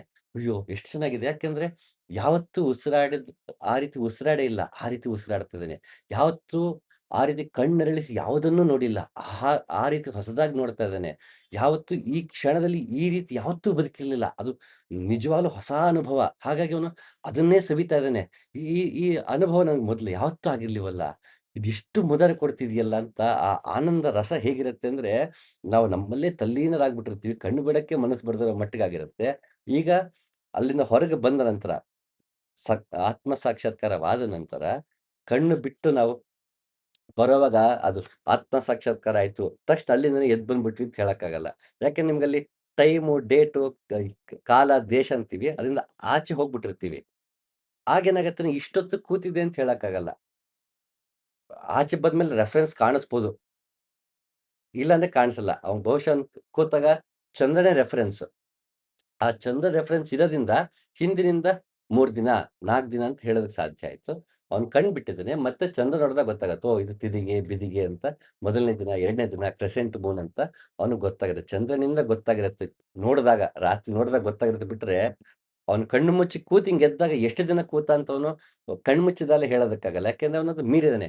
ಹಾಗೂ ಅವನು ಎಷ್ಟು ದಿನ ಕೂತಿದೆ ಅಂತ ಕಣ್ಣು ಬಿಟ್ಟಂಗೆ ಹೇಳಕ್ಕಾಯ್ತು ಅಂದ್ರೆ, ಅದು ಸಾಧ್ಯನೇ ಇಲ್ಲ. ಆತ ಯಾಕೆಂದ್ರೆ ಅಲ್ಲಿ ದೇಶ ಕಾಲ ಮೀರಿರ್ತೀವಿ. ಸೊ ಅವನು ಬಂದ ಹಾಗೆ ಅವನು 1 ವಾರ ತನ್ನಲ್ಲೇ ಅವನು ರಮಿಸ್ತಾ ಇದ್ನಂತೆ. ಆ ರಮಿಸ್ತಾ, ರಮಿಸ್ತಾ ಆರಾಮಾಗಿದ್ದು ಆಮೇಲೆ ಅವನು ಸಾರನಾಥ್‌ಗೆ ಬರ್ತಾನೆ. ಅವನು ಯಾಕೆ ಸಾರನಾಥಕ್ಕೆ ಬಂದ, 1 ವಾರ ಬಿಟ್ಮೇಲೆ ಯಾಕೆ ಬಂದ ಮತ್ತೊಮ್ಮೆ ನೋಡೋಣ. ಇಡೀ ಬುದ್ಧನ ಜ್ಞಾನೋದಯವಾದ ಆ ಒಂದು ವಾರ ಏನಿದೆ ಅಥವಾ ಒಂದು 15 ದಿನ ಬುದ್ಧ ಅ ಅರಳಿ ಮರದ ಕೆಳಗೆ ಕೂರುವ ಹಿಂದೆ 1 ವಾರ. ಅರಳಿ ಮರದ ಕೆಳಗೆ ಧ್ಯಾನಕ್ಕೆ ಕೂತಾಗ ಆ 3 ದಿನ. ತದನಂತರ ಅವನು 1 ವಾರ ಎಲ್ಲ ಭಂಗಿಗಳಲ್ಲೂ ನಿಂತದ್ದು. ಯಾಕೆ ಆ ಭಂಗಿಗಳಲ್ಲಿ ನಿಂತ? ಅಲ್ಲಿ ಅವನಿಗೆ ಆದದ್ದು ಏನು ಒಳಗಿನ ತಳಮಳಗಳು? ಅದು ತದನಂತರ ಸಾರನಾಥಕ್ಕೆ ಯಾಕೆ ಬಂದ? ಇದನ್ನ ಮತ್ತೊಂದು ಕೂಲಂಕುಷವಾಗಿ ನೋಡೋಣ. ಸೊ, ಅವನು ಅಲ್ಲಿಂದ ಬರ್ತಾನೆ. ಬಂದವನ ಜೊತೆಗೆ 4 ಶಿಷ್ಯಂದಿರ್ತಾರೆ. ಮೊದಲು ಮನೆ ಬಿಟ್ಟು ಹೋದಾಗ ದಾರಿಯಲ್ಲಿ 4 ಜನ ಪರಿಚಯ ಆಗಿರ್ತಾರೆ. ಅದರಲ್ಲೊಬ್ಬ ಗುಂಡಣ್ಣ ಅಂತ ಕೂಡ ಒಬ್ಬನ ಹೆಸರು. ಅವನು ಆ ಗುಂಡಣ್ಣ ಕನ್ನಡದವನು ಇರ್ಬೋದಾ ಅಂತ ಕೂಡ ಒಂದು ಸಂಶೋಧನೆಯಲ್ಲಿ ಪ್ರಯತ್ನ ಪಡ್ತಿದ್ದಾರೆ. ಆದ್ರೆ ಅದು ಮಾಹಿತಿಗಳ ಕೊರತೆಯಿಂದಾಗಿ ಆ ಗುಂಡಣ್ಣ ಅಂತ ಏನು ಉಲ್ಲೇಖ ಬರುತ್ತೆ ಪಾಲಿ ಸ್ಕ್ರಿಪ್ಚರ್ಸ್ ಅಲ್ಲಿ ಅವನು ಕನ್ನಡದವನ ಇಲ್ವಾ ಅಂತ ಹೇಳೋದಕ್ಕೆ ಅ, ಮಾಹಿತಿಗಳ ಕೊರತೆ ಇದೆ. ಸೊ, ಅವನು ಗುಂಡಣ್ಣನ ಕೂಡ ಒಬ್ಬ ವ್ಯಕ್ತಿ 4 ಜನ ಶಿಷ್ಯನಲ್ಲಿ ಬುದ್ಧನಲ್ಲಿ. ಅವರು ಸಾರನಾಥದಲ್ಲಿರ್ತಾರೆ. ಅಲ್ಲಿಗೆ ಬರ್ತಾನೆ. ಬಂದು ತಾನು ಏನು ಕಂಡುಕೊಂಡನೋ ಅದನ್ನು ಮೊದಲ ಬಾರಿ ಅವ್ರು 4 ಜನ ಮುಂದೆ ಹಂಚ್ಕೋತಾನೆ. ಜ್ಞಾನೋದಯವಾಗಿ ಅಲ್ಲಿಂದ ಸಾರನಾಥಕ್ಕೆ ಬರಬೇಕು ಅಂದ್ರೆ, ಮಾಮೂಲಿ ಹಾಗೆ ಬರಬೇಕು ಅಂದ್ರೆ, ಆಗಿನ ಕಾಲಕ್ಕೆ 2,500 ವರ್ಷದ ಹಿಂದೆ ಬಹುಶಃ ಒಂದು 5 ದಿನ ಬೇಕಾಗಿತ್ತೇನೋ. ಆತ ಜ್ಞಾನೋದಯವಾಗಿ ಕಣ್ಣು ಬಿಟ್ಟು 1 ವಾರ ತನ್ನಲ್ಲಿ ತಾನೇ ರಮಿಸ್ಕೊಂಡಿದ್ದು, ಅಲ್ಲಿಂದ ಅವನು ಬಂದು ಮತ್ತೊಂದು 10, 15 ದಿನ ಅವನು ಮಾತೇ ಆಡಿಲ್ಲ. ಬುದ್ಧನಂತ ಬುದ್ಧ 15 ದಿನ ಮಾತಾಡಿಲ್ಲ. ರಮಣ ಮಹರ್ಷಿ ನಾವಾಗಿ ಹೋಗಿ ಕೇಳೋವರೆಗೂ ಮಾತಾಡಿಲ್ಲ. ಆತ್ಮ ಸಾಕ್ಷಾತ್ಕಾರ ಅನ್ನೋದು ಹಾಗಿರುತ್ತೆ. ಅದು ನಿಮಗೆ ವಿಧಿಯಿಲ್ಲದೆ ಮಾತನಾಡಿಸಬಹುದೇ ಹೊರತು ತಾನಾಗೆ ಮಾತನಾಡುವುದಿಲ್ಲ. ಅದು ತಾನಾಗೆ ಮಾತನಾಡುವುದಿಲ್ಲ. ಯಾರು ಅದಕ್ಕೆ ತೊಡಗಿಲ್ಲ, ಅವರು ವಿನಾಕಾರಣ ಮಾತಾಡ್ತಿರ್ತಾರೆ. ವಿನಾಕಾರಣದ ಬಗ್ಗೆ ಮಾತಾಡ್ತಿರ್ತಾರೆ. ಆಗ ಏನಾಗತ್ತೆ, ನಾನಿನ್ನು ಆ ಚಿತ್ತವೃತ್ತಿಲೇ ಸಿಕ್ಕಾಕೊಂಡಿದ್ದೀನಿ. ಒಳಗೆ ಏನಿರುತ್ತೋ ಅದನ್ನ ಎಕ್ಸ್‌ಪ್ರೆಸ್ ಮಾಡ್ತೀನಿ. ಮುಂಚೆ ಒಳಗೆ ಪ್ರೀತಿ ಇತ್ತು ಎಕ್ಸ್‌ಪ್ರೆಸ್ ಮಾಡ್ತಿದ್ದೆ. ಕೋಪ ಇತ್ತು ಎಕ್ಸ್‌ಪ್ರೆಸ್ ಮಾಡ್ತಿದ್ದೆ. ನಂಗೆ ನೋವಾಯ್ತು ಎಕ್ಸ್‌ಪ್ರೆಸ್ ಮಾಡ್ತಿದ್ದೆ. ಈಗ ಆಧ್ಯಾತ್ಮದಲ್ಲಿ ಬಂದಿದ್ದೀನಿ. ಅಲ್ಲೇನೋ ಫೀಲ್ ಆಯ್ತು ಎಕ್ಸ್‌ಪ್ರೆಸ್ ಮಾಡ್ತಿದ್ದೀನಿ. ಸೊ, ಲೌಕಿಕದಿಂದ ಸ್ಪಿರಿಚುಯಾಲಿಟಿಗೆ ಈ ಕಡೆ ಲೌಕಿಕದಿಂದ ಅಧ್ಯಾತ್ಮ ಕಡೆಗೆ ಬಂದಿದ್ದೀನಿ ಅನ್ನೋದಷ್ಟೇ ಬಿಟ್ರೆ, ಇಲ್ಲೂ ಆಗಿದ್ದೆಲ್ಲ ಎಕ್ಸ್‌ಪ್ರೆಸ್ ಮಾಡ್ತಿರ್ತೀವಿ. ಇಲ್ಲೂ ಆಗಿದ್ದೆಲ್ಲ ಎಕ್ಸ್‌ಪ್ರೆಸ್ ಮಾಡ್ತಿದ್ದೀವಿ. ನಮ್ಮ ಸ್ವಭಾವ ಬದಲಾಗೋದೇ ಇಲ್ಲ. ಇಲ್ಲಿಂದ ಇಲ್ಲಿಗೆ ಬಂದಿದ್ದೀವಿ ಅನ್ನೋದಾದ್ರೆ ನಮ್ಮ ಸ್ವಭಾವದಲ್ಲಿ ವ್ಯತ್ಯಾಸ ಕಾಣಿಸ್ಬೇಕು. ಮೊದಲ ವ್ಯತ್ಯಾಸ ಏನಂದ್ರೆ, ಎಲ್ಲವನ್ನೂ ಹೇಳಿಕೊಳ್ಳುವ, ಎಲ್ಲವನ್ನೂ ಹಂಚಿಕೊಳ್ಳಬೇಕು, ಎಲ್ಲವನ್ನೂ ಎಕ್ಸ್‌ಪ್ರೆಸ್ ಮಾಡ್ಬಿಡ್ಬೇಕು. ಅದು ಒಳಗೇನೋ ಆಗ್ತಿದೆ. ಇದೆಲ್ಲವೂ ಲೌಕಿಕಕ್ಕೆ ಸಂಬಂಧಪಟ್ಟಿದೆ ಅಥವಾ ಯೋಗ ಮಾರ್ಗದಲ್ಲಿ ನಡೆದಿಲ್ಲ ಅನ್ನುವರ ಗುಣಲಕ್ಷಣಗಳು ಅಂತ ಅನ್ಕೊಳ್ಳೋಣ. ಇದನ್ನ ಮೀರಿದ್ದಾಗ ನಿಮಗೆ ತಾನಾಗೆ ಮಾತು ಕಡಿಮೆ ಆಗುತ್ತೆ. ಆ ಮಾತು ಕಡಿಮೆ ಆಗಿಲ್ಲ ಅಂದ್ರೆ ನಾವಿನ್ನು ಅದೇ ಹಂತದಲ್ಲಿದ್ದೀವಿ. ಟಾಪಿಕ್ ಚೇಂಜ್ ಆಗಿದೆ ಅನ್ನೋದೇ ಅರ್ಥ. ಅದಕ್ಕೆ ಇಲ್ಲಿ ಎಲ್ರೂ ಕೊನೆಗೆ ಅನವಶ್ಯಕವಾದನ್ನ ಮಾತನಾಡಬೇಡಿ ಅಂತ ಎಲ್ರೂ ಇಲ್ಲಿ ಎಚ್ಚರಿಕೆ ಕೊಡ್ತಾ ಇದ್ದಾರೆ. You talk when you cease to be at peace with your thoughts. And when you can no longer dwell in the solitude of your heart, you live in your lips, and sound is a diversion and a pastime. And in much of your talking, thinking is half murdered, for thought is a bird of space that in a cage of words may indeed unfold its wings but cannot fly. Kahlil Gibran ಎಷ್ಟು ಚೆನ್ನಾಗಿ ಹೇಳಿದ್ರು ನೋಡಿ the prophet ಅಲ್ಲಿ. ನಾವು ಯಾವಾಗ ನಮ್ಮೊಳಗೆ ನಾವು ಶಾಂತಿ ನೆಮ್ಮದಿಯನ್ನು ಕಂಡುಕೊಂಡಿಲ್ಲ, ಆಗ ಹೆಚ್ಚು ಮಾತಾಡ್ತೀವಿ. ನಾವೆಷ್ಟು ಒಳಗೆ ಶಾಂತಿಯನ್ನು ಕಂಡ್ಕೋತೀವಿ, ಅಷ್ಟು ಕಡಿಮೆ ಮಾತಾಡ್ತೀವಿ. ನಮಗೆ ಮಾತನಾಡುವುದು ಚಟ, ಪಾಸ್ ಟೈಮ್ ಆಗ್ಬಿಡುತ್ತೆ. ನಮಗೆ ಟೈಮ್ ಪಾಸ್ ಆಗ್ಬಿಡುತ್ತೆ. ನಾವು ನಮ್ಮ ಜೊತೆ ನಮ್ಮ ಕೈಲಿ ಇರಕ್ಕಾಗ್ತಾ ಇಲ್ಲ. ಅದಕ್ಕೆ ನಮಗೆ ಗೆಳೆಯರು ಬೇಕು. ನಾನು ಟಿವಿ ನೋಡ್ಬೇಕು, ಗೇಮ್ಸ್ ಆಡ್ಬೇಕು ಅಥವಾ ಅ ಇನ್‌ಸ್ಟಾಗ್ರಾಮ್ ರೀಲ್ಸ್ ನೋಡ್ತೀನಿ ಅಥವಾ ಎಲ್ಲೋ ಬೈಕ್ ತಗೊಂಡು ಆಚೆ ಹೋಗ್ಬಿಡ್ತೀನಿ, ಟ್ರೆಕ್ಕಿಂಗ್ ಹೋಗ್ಬಿಡ್ತೀನಿ. ಇದು ನಮ್ಮಿಂದ ನಾವು ಎಸ್ಕೇಪ್ ಆಗೋದಕ್ಕೆ, ಆ ಥಾಟ್ ಪ್ರೊಸೆಸ್‌ನ ಎಸ್ಕೇಪ್ ಆಗೋದಕ್ಕೆ ಹೋಗ್ತೀವಿ. ಗೆಳೆಯರ ಜೊತೆಗೆ ಸೇರ್ತೀವಿ. ಓಹ್! ಇದು ಗೆಳೆಯರ ಜೊತೆ ಸೇರಿದ್ರೆ ಪ್ರಯೋಜನಕ್ಕಿಲ್ಲ. ನಾನು ಪಬ್‌ಗೋ ಮತ್ತೊಂದಕ್ಕೆ ಹೋದ್ರೆ ಪ್ರಯೋಜನಕ್ಕಿಲ್ಲ, ಸಿನಿಮಾಗೆ ಹೋದ್ರೆ ಪ್ರಯೋಜನಕ್ಕಿಲ್ಲ ಅನ್ಸ್ದಾಗ ನಾವು ಟ್ರೆಕ್ಕಿಂಗು ಅದು ಇದು ಅಂತ ನಮ್ಮನ್ನ ನಾವು ತಪ್ಪಿಸ್ಕೊಳ್ಳೋಕ್ಕೆ, ಮಾತಿಂದ ತಪ್ಪಿಸ್ಕೊಳ್ಳೋಕೆ ಶುರು ಮಾಡ್ತೀವಿ. ಇದು ಇಲ್ಲಿ ನಡೀತಿರೋ ಆ ಚಿತ್ತವೃತ್ತಿ ಇದೆಯಲ್ಲ, ಇದರಿಂದ ಆಗ್ತಿರೋಂಥದ್ದು ಇದು. ಆ ಚಿಂತನ ಮಂಥನಗಳು ಅಥವಾ ನಮ್ಮೊಳಗಿರೋ ತಳಮಳಗಳು, ಆ ತಳಮಳಗಳು ನಮ್ಮನ್ನ ಹಾಗೆ ಮಾಡಿಸ್ತಿರುತ್ತೆ. ಹಾಗೆ ನಾವು ಅಷ್ಟು ಮಾತಾಡ್ತಿರ್ತೀವಿ. And in much of your talking, thinking is half murdered. ಯಾವಾಗ ನಾವು ಅತಿ ಹೆಚ್ಚು ಮಾತಾಡ್ತಾ ಹೋಗ್ತೀವಿ, ಅನವಶ್ಯಕ ಮಾತಾಡ್ತಾ ಹೋಗ್ತೀವಿ, ಆಗ ಥಿಂಕಿಂಗ್ ಪ್ರಾಸೆಸ್, ಕಾಂಟೆಂಪ್ಲೇಷನ್ ಅಂತ ಅಂತೀವಿ. ನಮ್ಮಲ್ಲಿ ನಾವು ಚಿಂತನ ಮಂಥನ ಮಾಡೋದು, ಅದು ಅರ್ಧ ಸತ್ತು ಹೋಗುತ್ತೆ. ನಾವು ಆದಷ್ಟು ನಮ್ಮೊಳಗೆ ನಾವು ಮೌನವಾಗಿದ್ದು, ಏನ್ ನಡೀತಾ ಇದೆ ಒಳಗೆ? ಯಾಕಿದು ಟ್ರಿಗರ್ ಆಗ್ತಾ ಇದೆ? ಇದು ಎಲ್ಲಿಂದ ಮೂಡ್ತಿದೆ? ಇದು ಪರಿಸ್ಥಿತಿಯಿಂದ ಮೂಡ್ತಿದೆಯೋ? ಮನಸ್ಥಿತಿಯಿಂದ ಮೂಡ್ತಿದೆಯೋ? ನನ್ನ ಅಸಹಾಯಕತೆಯಿಂದ ಮೂಡ್ತಿದೆಯೋ? ನನಗೆ ಗೊಂದಲಗಳಿಂದ ನಾಳೆ ಬಗ್ಗೆ ಅತಿಯಾಗಿ ಯೋಚನೆ ಮಾಡೋದ್ರಿಂದ ಆಗ್ತಿದೆಯಾ? ಹಳೆದದಿಂದ ಹಳೆದನ್ನ ಮರೆಯಕ್ಕಾಗದೆ ನಂಗೆ ಇಷ್ಟು ಥಾಟ್ಸ್ ಬರ್ತಿದ್ಯಾ? ಇದು ನಾನು ಒಳಗೆ ಯೋಚನೆ ಮಾಡಿದಾಗ ನನಗೆ ಅರ್ಧ ಮಾತಿನಲ್ಲಿ ನನ್ಗವಾಗ ಇತಿಮಿತಿ ಇರುತ್ತೆ. ಏನ್ ಹೇಳ್ಕೋಬೇಕು, ಏನ್ ಹೇಳ್ಕೋಬಾರ್ದು, ಯಾವ್ದ್ರ ಬಗ್ಗೆ ಮಾತಾಡ್ಬೇಕು, ಯಾವ್ದ್ರ ಬಗ್ಗೆ ಮಾತಾಡ್ಬಾರ್ದು, ನಾನು ಜಗಳ ಮಾಡ್ಬೇಕಾ, ಜಗಳ ಮಾಡ್ಬಾರ್ದಾ? ನಾನು ವ್ಯಕ್ತಪಡಿಸುವಾಗ ಯಾವ ವಿಷಯವನ್ನ ಹೇಗೆ ವ್ಯಕ್ತಪಡಿಸ್ಬೇಕು? ಇದೆಲ್ಲ ಆಗ್ಬೇಕು ಅಂದ್ರೆ ನನ್ ಥಿಂಕಿಂಗ್ ಇರ್ಬೇಕಂದ್ರೆ ಅವನಲ್ಲಿ ಥಿಂಕಿಂಗ್ ಅಂದ್ರೆ ಕಾಂಟೆಂಪ್ಲೇಷನ್ ಅಂತ. ಅವನು ಥಿಂಕಿಂಗ್ ಅಂತ ಪದ ಬಳಸಿದನಷ್ಟೇ. ಕಾಂಟೆಂಪ್ಲೇಷನ್ ಅರ್ಥದಲ್ಲಿ ಜಿಬ್ರನ್ ಹೇಳ್ತಾ ಇದ್ದಾನೆ. ಯಾಕಂದ್ರೆ ಸೈಲೆನ್ಸ್ ವಿಷಯಕ್ಕೆ ಬಂದಾಗ. ಸೊ ಆ ಕಾಂಟೆಂಪ್ಲೇಷನ್ ನಮ್ಮಲ್ಲಿರಲ್ಲ. ಬರೀ ಯೋಚನೆ, ಚಿಂತನೆ ಇಲ್ಲ. ಚಿಂತನೆ ನಮ್ಮನ್ನ ವರ್ಕಿಂಗ್ ಮೈಂಡ್ ಮಾಡುತ್ತೆ. ನಮ್ಗೆ ಯೋಚನೆ ನಮ್ಗೆ ವರಿಯಿಂಗ್ ಮೈಂಡ್ ಮಾಡುತ್ತೆ. ವರಿಯಿಂಗ್ ಮೈಂಡ್ ಏನ್ ಮಾಡುತ್ತೆ? ಅನವಶ್ಯಕ ಯೋಚನೆ ಮಾಡುತ್ತೆ, ಅನವಶ್ಯಕ ಮಾತಾಡುತ್ತೆ. ವರ್ಕಿಂಗ್ ಮೈಂಡ್ ಏನ್ ಮಾಡುತ್ತೆ? ಕಾಂಟೆಂಪ್ಲೇಟ್ ಮಾಡುತ್ತೆ, ಅದು ಚಿಂತನೆ ಮಾಡುತ್ತೆ. ಯಾವ್ದನ್ ಬೇಕೋ ಅಷ್ಟು ಮಾತ್ರ ಮಾತಾಡುತ್ತೆ. ಆಗ ಅವಶ್ಯಕವಾದದ್ದು ಮಾತ್ರ ಚರ್ಚೆ ಆಗತ್ತೆ. ಅನವಶ್ಯಕದ ಚರ್ಚೆ ಆಗಲ್ಲ. ಅದಕ್ಕೊಂದು ಹೇಳ್ತಾ ಇದ್ದೇನೆ, ನಿಮ್ಗೆ ಥಾಟ್ಸ್ ಏನಿದೆ ಅದು ಹಾರಬಹುದು. ಅದು ಸ್ವಚ್ಛಂದವಾಗಿ ಆಕಾಶದಲ್ಲಿ ಹಾರಬೇಕಾದಂತಹ ಹಕ್ಕಿ, ಅದನ್ನ ನೀವು ತಂದು ಮಾತೆನ್ನುವ ಬೋನಲ್ಲಿ ಕೂರಿಸ್ಬಿಟ್ರೆ, ಅದನ್ನ ಮಾತೆನ್ನುವ ಒಂದು ಕೇಜಲ್ಲಿ ಕೂಡ್ ಹಾಕಿದ್ರೆ ಅದು ಹಾರಬಹುದು. ಅದು ಆಕಾಶದಲ್ಲಿ ಹಾರದಂಗಾಗಲ್ಲ. ಆ ಬೋನೊಳಗೇನೆ ಅದು ಹಾರುತ್ತೆ ಮತ್ತು ವಾಪಸ್ ಅಲ್ಲೇ ಕೂತ್ಕೊಳ್ಳುತ್ತೆ. ಸ್ವಚ್ಛಂದವಾಗಿ ಹಾರೋದಕ್ಕೆ ಸಾಧ್ಯ ಆಗಲ್ಲ.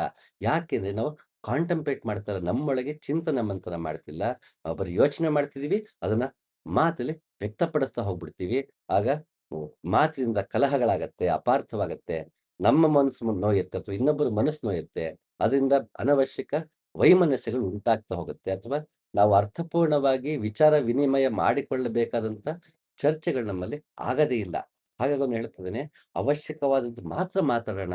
ಹಾಗಾದ್ರೆ ಯಾವ್ದು ಅವಶ್ಯಕವಾದದ್ದು? ಅದನ್ನು ಬಾಯ್ಬಿಟ್ಟು ಹೇಳದೇ ಇಲ್ಲ. ಬಂತೆ ನಾಗಸೇನ ಮಿಲಿಂದನಿಗೆ ಚರ್ಚೆ ಮಾಡಬೇಕು. ಯಾವ ವಿಷಯ ಚರ್ಚೆ ಆಗ್ಲಿ ಅಂತ ಮಿಲಿಂದ ಕೇಳ್ತಾನೆ. ನಾಗಸೇನ ಹೇಳ್ತಾನೆ, ಅವಶ್ಯಕವಾದದ್ದು ಮಾತ್ರ ಚರ್ಚೆ ಆಗ್ಲಿ ಅಂತಾನೆ. ಆಗ ಮಿಲಿಂದನಿಗೆ ಅರ್ಥ ಆಗತ್ತೆ, ಯಾವ್ದ್ರ ಬಗ್ಗೆ ನಾವು ಚರ್ಚೆ ಮಾಡಬೇಕು ಅಂತ. ಆಗ ತುಂಬಾ ಅವಶ್ಯಕವಾದ ಪ್ರಶ್ನೆಯನ್ನ ಮಿಲಿಂದ ಕೇಳ್ತಾನೆ. ಆ ಪ್ರಶ್ನೆ ಏನಂದ್ರೆ, "ಭಂತೆ, ತಾವೇಕೆ ಸನ್ಯಾಸವನ್ನು ಸ್ವೀಕರಿಸಿದಿರಿ? ತಮ್ಮ ಗುರಿ ಏನು?" ಮಹಾರಾಜ, ಈ ಜನ್ಮದಲ್ಲಿರುವ ದುಃಖಗಳು ನಾಶವಾಗಲಿ ಮತ್ತು ಹೊಸ ದುಃಖಗಳು ಹುಟ್ಟದಿರಲಿ ಎಂಬ ಕಾರಣದಿಂದ ನಾನು ಸನ್ಯಾಸವನ್ನು ಸ್ವೀಕರಿಸಿದ್ದೇನೆ. ಪುನರ್ಜನ್ಮವೆಂಬುದು ಇರದ ಪರಿನಿರ್ವಾಣವನ್ನು ಪಡೆಯುವುದು ನನ್ನ ಮುಖ್ಯ ಉದ್ದೇಶ. ಈಗ ಅವಶ್ಯಕವಾದ ಪ್ರಶ್ನೆಯನ್ನೇ ಕೇಳದ ಮಿಲಿಂದ. ಅಲ್ಲಿ ಹೇಳಿದ್ರು ಅವಶ್ಯಕವಾದದ್ದು ಮಾತ್ರ ಚರ್ಚೆ ಆಗಲಿ ಅಂತ ನಾಗಸೇನ ಹೇಳ್ದ. ಮಿಲಿಂದ ಅವಶ್ಯಕವಾದ ಪ್ರಶ್ನೆ ಕೇಳ್ದ. ನೀವು ಯಾಕೆ ಸನ್ಯಾಸಿ ಆದಿರಿ? ಇದು ಮುಖ್ಯವಾದ ವಿಷಯ. ಯಾಕೆ ನಾನು ಅಧ್ಯಾತ್ಮಕ್ಕೆ ಬಂದೆ ಅಂತ ನಮ್ಮನ್ನ ನಾವು ಕೇಳ್ಕೋಬೇಕು ಅಂತ ಇಂಡೈರೆಕ್ಟ್ ಆಗಿ ಇಲ್ಲಿ ಮಿಲಿಂದ ನಮಗೆ ಸೂಚಿಸ್ತಾ ಇದ್ದಾನೆ. ಯಾಕೆ? ಅದಕ್ಕೆ ನಾಗಸೇನ ಹೇಳ್ತಾನೆ, ನನಗೆ ಮತ್ತೆ ಹುಟ್ಟು ಇಲ್ಲದೆ ಇರಲಿ, ಮತ್ತೆ ಹೊಸದಾಗಿ ದುಃಖ ಉಂಟಾಗದೇ ಇರಲಿ, ಹಳೆ ದುಃಖವೆಲ್ಲ ನಾಶವಾಗಲಿ, ಹೊಸದಾಗಿ ದುಃಖ ಉಂಟಾಗದೇ ಇರಲಿ. ಮತ್ತೆ ಹುಟ್ಟು ಬರುವಂಥದ್ದು ಬೇಡ. ನನಗೆ ಮತ್ತೆ ಹುಟ್ಟು ಬರದಂತ ಪರಿನಿರ್ವಾಣ ಬೇಕು. ಪುನರಪಿ ಜನನಂ, ಪುನರಪಿ ಮರಣಂ, ಪುನರಪಿ ಜನನಿ ಜಠರೇ ಶಯನಂ ಅಂತ ಶಂಕರಾಚಾರ್ಯ ಹೇಳ್ತಾರೆ. ಮತ್ತೆ ಮತ್ತೆ ಹುಟ್ಟು ಬರ್ತೀವಿ, ಮತ್ತೆ ಮತ್ತೆ ಸಾಯ್ತೀವಿ, ಮತ್ತೆ ಮತ್ತೆ ತಾಯಿ ಗರ್ಭದಲ್ಲಿ ಬರ್ತಿರ್ತೀವಪ್ಪ. ಇದೊಂದು ಸಂಸಾರ, ಇದು ಹುಟ್ಟು ಮತ್ತೆ ಸಾವು ಆಗ್ತಾನೆ ಇರುತ್ತೆ. ಇದರಿಂದ ಕಳಚ್ಕೋಬೇಕು ಅಂತ ಶಂಕರಾಚಾರ್ಯ ಹೇಳ್ದಂಗೆ, ಇಲ್ಲಿ ಮತ್ತೆ ಮತ್ತೆ ನಾವು ಹುಟ್ಟು ಬರ್ತಿದೀವಿ. ಮತ್ತೆ ಹುಟ್ಟು ಬರೋದು ಬೇಡ. ದೇಹದಲ್ಲೂ ಮತ್ತೆ ಹುಟ್ಟು ಬರೋದು ಬೇಡ. ಈಗ ಹುಟ್ಟು ಬಂದಾಗಿದೆ. ಈಗ ನಂಗೆ ಮತ್ತೆ ದುಃಖ ಬೇಡ. ಮುಂಚೆ ದುಃಖ ಪಟ್ಟಿದ್ದೀನಿ. ಆ ದುಃಖ ಮತ್ತೆ ನಂಗೆ ಆಗೋದು ಬೇಡ. ಹೊಸದಾಗಿ ದುಃಖ ಉತ್ಪತ್ತಿ ಆಗೋದು ಬೇಡ. ಹಾಗಾಗಿ ನಾನು ಸನ್ಯಾಸ ಸ್ವೀಕರಿಸಿದೆ ಅಂತ ಇಲ್ಲಿ ನಾಗಸೇನ ಉತ್ತರ ಕೊಡ್ತಾನೆ. ನಾವು ತುಂಬಾ ಮುಖ್ಯವಾಗಿ ನೋಡ್ಬೇಕು. ಅಧ್ಯಾತ್ಮದ ಉದ್ದೇಶ ಏನು? ಅದಕ್ಕೆ ಬ್ರಹ್ಮಸೂತ್ರದಲ್ಲಿ ಅಥತೋ ಬ್ರಹ್ಮ ಜಿಜ್ಞಾಸ ಅಂತ ಮೊದಲ ಸೂತ್ರ. ಈಗ ಬ್ರಹ್ಮನನ್ನ ಜಿಜ್ಞಾಸೆ ಮಾಡೋಣ. ಸೊ ಶ್ಲೋಕದ ಆರಂಭದಲ್ಲೇ, ಗ್ರಂಥದ ಆರಂಭದಲ್ಲೇ ಹೇಳ್ತದೆ, ಇದು ಬ್ರಹ್ಮನನ್ನ ಜಿಜ್ಞಾಸೆ ಮಾಡುವ ಕೃತಿ. ಇದ್ರಲ್ಲಿ ಏನಿದೆ? ಬ್ರಹ್ಮನನ್ನ ಜಿಜ್ಞಾಸೆ ಮಾಡೋದಿದೆ. ನೀವು ಯಾಕೆ ಇಲ್ಲಿಗೆ ಬಂದಿದ್ದೀರಾ? ಈ ಸೂತ್ರ ಯಾಕೆ ಓದ್ತಿದ್ದೀರಾ? ಬ್ರಹ್ಮನನ್ನ ಜಿಜ್ಞಾಸೆ ಮಾಡೋಕಷ್ಟೇ. ಅದರ ಆಚೆ ಇಲ್ಲ. ನೀವು ಬೇರೆ ಏನೋ ಕಲ್ಪಿಸ್ಕೊಂಡ್ ಬಂದ್ರೆ ಇಲ್ಲ. ಅದಕ್ಕೆ ಇದ್ರಲ್ಲಿ ಆನ್ಸರ್ ಇಲ್ಲ. ಇದು ಬ್ರಹ್ಮನನ್ನ ಜಿಜ್ಞಾಸೆ ಮಾಡುವುದಕ್ಕೆ.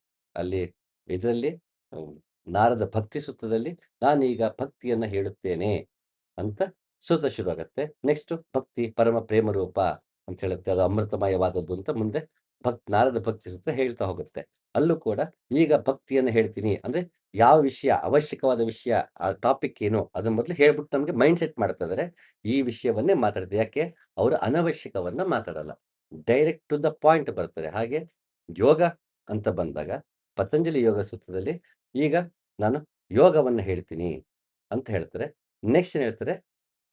ಚಿತ್ತವೃತ್ತಿ ನಿರೋಧಃ. ಯೋಗ ಅಂದ್ರೆ ಚಿತ್ತವೃತ್ತಿ ನಿರೋಧಿಸುವುದು. ಚಿತ್ತವೃತ್ತಿ ಅಂದ್ರೆ ನನ್ನ ಮನಸ್ಸು ಎಲ್ಲೆಲ್ಲೋ ಓಡ್ತಾ ಇರುತ್ತೆ. ಇವತ್ತಿನ ಬಗ್ಗೆ, ನಾಳೆ ಬಗ್ಗೆ, ಅವ್ರ ಬಗ್ಗೆ, ಇವ್ರ ಬಗ್ಗೆ, ಹಂಗಾಗೋಯ್ತು, ಹಿಂಗಾಗೋಯ್ತು, ಇದು ಮಾಡಬಾರ್ದಿತ್ತು, ಅದು ಮಾಡಬಾರ್ದಾಗಿತ್ತು, ಅದನ್ನ ಮಾಡ್ಬೇಕಿತ್ತು, ನಾನ್ ಸರಿಗಿಲ್ಲ ಅಥವಾ ಅವ್ನ್ ಸರಿಗಿಲ್ಲ, ನಾನ್ ಸರಿ, ಅವ್ನ್ ತಪ್ಪು, ಈ ರೀತಿ ಎಲ್ಲ ಅನವಶ್ಯಕ ಓಡ್ತಾ ಇರುತ್ತೆ. ಇದು ಚಿತ್ತವೃತ್ತಿ. ಇಂತಹ ಚಿತ್ತವೃತ್ತಿಯನ್ನ ನಿರೋಧಿಸುವುದು. ಅದನ್ನ ನಿರೋಧಿಸುವುದಕ್ಕೆ ಹಲವು ಅರ್ಥ ಇದೆ. ಒಂದು, ಅದರಿಂದ ಮೇಲೇಳುವುದು ಅಥವಾ ಅವುಗಳನ್ನೆಲ್ಲ ಸೈಲೆಂಟ್ ಮಾಡುವುದು.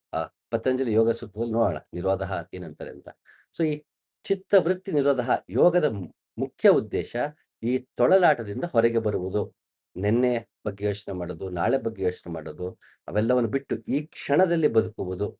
ನನ್ನ ಥಾಟ್ ಪ್ರೊಸೆಸ್‌ನ ಬಿಟ್ಟು ಸೈಲೆಂಟ್ ಆಗೋದು. ಅದಕ್ಕೆ ಚುಮ್ಮ ಇರು ಅಂದ್ರೆ ಅವರು ನೋಡಪ್ಪ ಪತಂಜಲಿ ಹೇಳಿದಾನೆ, ಚಿತ್ತವೃತ್ತಿ ನಿರೋಧಃ ಇದೇ ಫಸ್ಟ್ ಮಾಡ್ಬೇಕಿರೋದು. ಇದನ್ನ ನೀ ಮಾಡು, ಚುಮ್ಮ ಇರು. ಚುಮ್ಮ ಇದ್ದೇನ್ ಮಾಡ್ಬೇಕು? ಅವಶ್ಯಕವಾದದ್ದು ಮಾತ್ರ ಚರ್ಚೆ ಮಾಡ್ಬೇಕು. ಯಾವ್ದು ಅವಶ್ಯಕವಾದ ಚರ್ಚೆ? ನಾನು ಯಾರು? ನಾನು ಯಾರೆನ್ನುವುದೇ ಅವಶ್ಯಕವಾದ ಚರ್ಚೆ. ಅದನ್ನ ಮಿಲಿಂದಾನು ಅದೇ ಹೇಳ್ತಾನೆ, ಪತಂಜಲಿ ಅದೇ ಹೇಳ್ತಾರೆ, ರಮಣ ಮಹರ್ಷಿ ಅದೇ ಹೇಳ್ತಾರೆ, ಎಲ್ರೂ ಅದೇ ಹೇಳ್ತಾರೆ. ನಾನು ಅವಶ್ಯಕವಾದದ್ದನ್ನ ಮಾತ್ರ ಕೇಳ್ಬೇಕು. ಅವಶ್ಯಕವಾದ ಚರ್ಚೆ ನನ್ನ ಜೊತೆಗೆ ಆಗ್ಬೇಕಾದ್ದು ಯಾವುದು? ನಾನು ನನ್ನ ಜೊತೆಗೆ ಮಾಡ್ಕೋಬೇಕಾದ್ದು ನಾನು ಯಾರು? ಹೂ ಆಮ್ ಐ? ಇದು ನಿಜವಾದ ಪ್ರಶ್ನೆ. ಹಾಗಾಗಿ ಅಂಥದ್ದನ್ನ ಕೇಳ್ಕೋಬೇಕು. ಅದಕ್ಕಿಲ್ಲಿ ಸೂಕ್ತವಾದ ಪ್ರಶ್ನೆ ಅಂತ ಬಂದಾಗ ಮಿಲಿಂದ, "ನೀವು ಯಾಕೆ ಸನ್ಯಾಸ ತಗೊಂಡ್ರಿ?" ಅಂತ ಕೇಳ್ತಾನೆ. ಅದಕ್ಕೆ ಹೇಳ್ತಾನೆ, "ನಂಗೆ ಹಳೆ ದುಃಖ ನಾಶ ಆಗಬೇಕು. ಹೊಸ ದುಃಖ ಉಂಟಾಗಬಾರ್ದು. ನಾ ಮತ್ತೆ ಹುಟ್ಟು ಬರಬಾರ್ದು." ಅಧ್ಯಾತ್ಮ ಅಂತ ಬಂದಾಗ ಯಾಕೆ ಅಧ್ಯಾತ್ಮಕ್ಕೆ ಬಂದ್ವಿ? ಇದು ನಮ್ಮನ್ನ ನಾವು ಕೇಳ್ಕೋಬೇಕಿರೋ ಮುಖ್ಯವಾದ ಪ್ರಶ್ನೆ. ಧರ್ಮದ ಕುರಿತಾದ ಈ ಸಂವಾದವನ್ನು ಅಧ್ಯಯನ ಮಾಡಿದರೆ ಜ್ಞಾನಯಜ್ಞದಿಂದ ನನ್ನನ್ನು ಆರಾಧಿಸಿದಂತೆ ಎನ್ನುವುದು ನನ್ನ ಮತ. ಈಗ ನೋಡ್ತೀವಿ ಸಾಮಾನ್ಯ ಭಗವದ್ಗೀತೆ 108 ಸಲ ಬರೀರಿ, ಭಗವದ್ಗೀತೆ ಗಟ್ಟು ಮಾಡಿ, ಭಗವದ್ಗೀತೆ ಓದಿದ್ರೆ ನಿಮ್ಗೆ ಪುಣ್ಯ ಬರುತ್ತೆ. ಈಗ ಹಲವಾರು ಹೇಳ್ತಾರೆ. ಆದ್ರೆ ಕೃಷ್ಣನೇ ಅದನ್ನ ಹೇಳಿಲ್ಲ. ಕೃಷ್ಣ ಹೇಳಿರೋದು ಇದನ್ನ ಅಧ್ಯಯನ ಮಾಡಿದ್ರೆ ಜ್ಞಾನ ಯಜ್ಞ ಮಾಡಿದಂತೆ ನಿಮಗೆ ಆತ್ಮಜ್ಞಾನ ಸಿಗುವಂತಹ ಕೃತಿ. ಇದನ್ನ ಆತ್ಮಜ್ಞಾನದ ಸಂಪಾದನೆಗಾಗಿ ಈ ಕೃತಿಯನ್ನ ಓದಬೇಕು. ಅಥವಾ ಕೃಷ್ಣ ಮತ್ತು ಅರ್ಜುನ ಸಂವಾದವನ್ನ ಯಾಕೆ ಓದಬೇಕು ಅಂದ್ರೆ ಆತ್ಮಜ್ಞಾನವನ್ನ ಪಡೆಯುವುದಕ್ಕೆ. ಕೃಷ್ಣ ಕ್ಲಿಯರ್ ಕಟ್ ಆಗಿ ಹೇಳ್ತಾನೆ. ಆದ್ರೆ ಅದನ್ನ ಬಿಟ್ಟು ಇನ್ನೆಲ್ಲದಕ್ಕೂ ಮಾಡ್ತೀವಿ.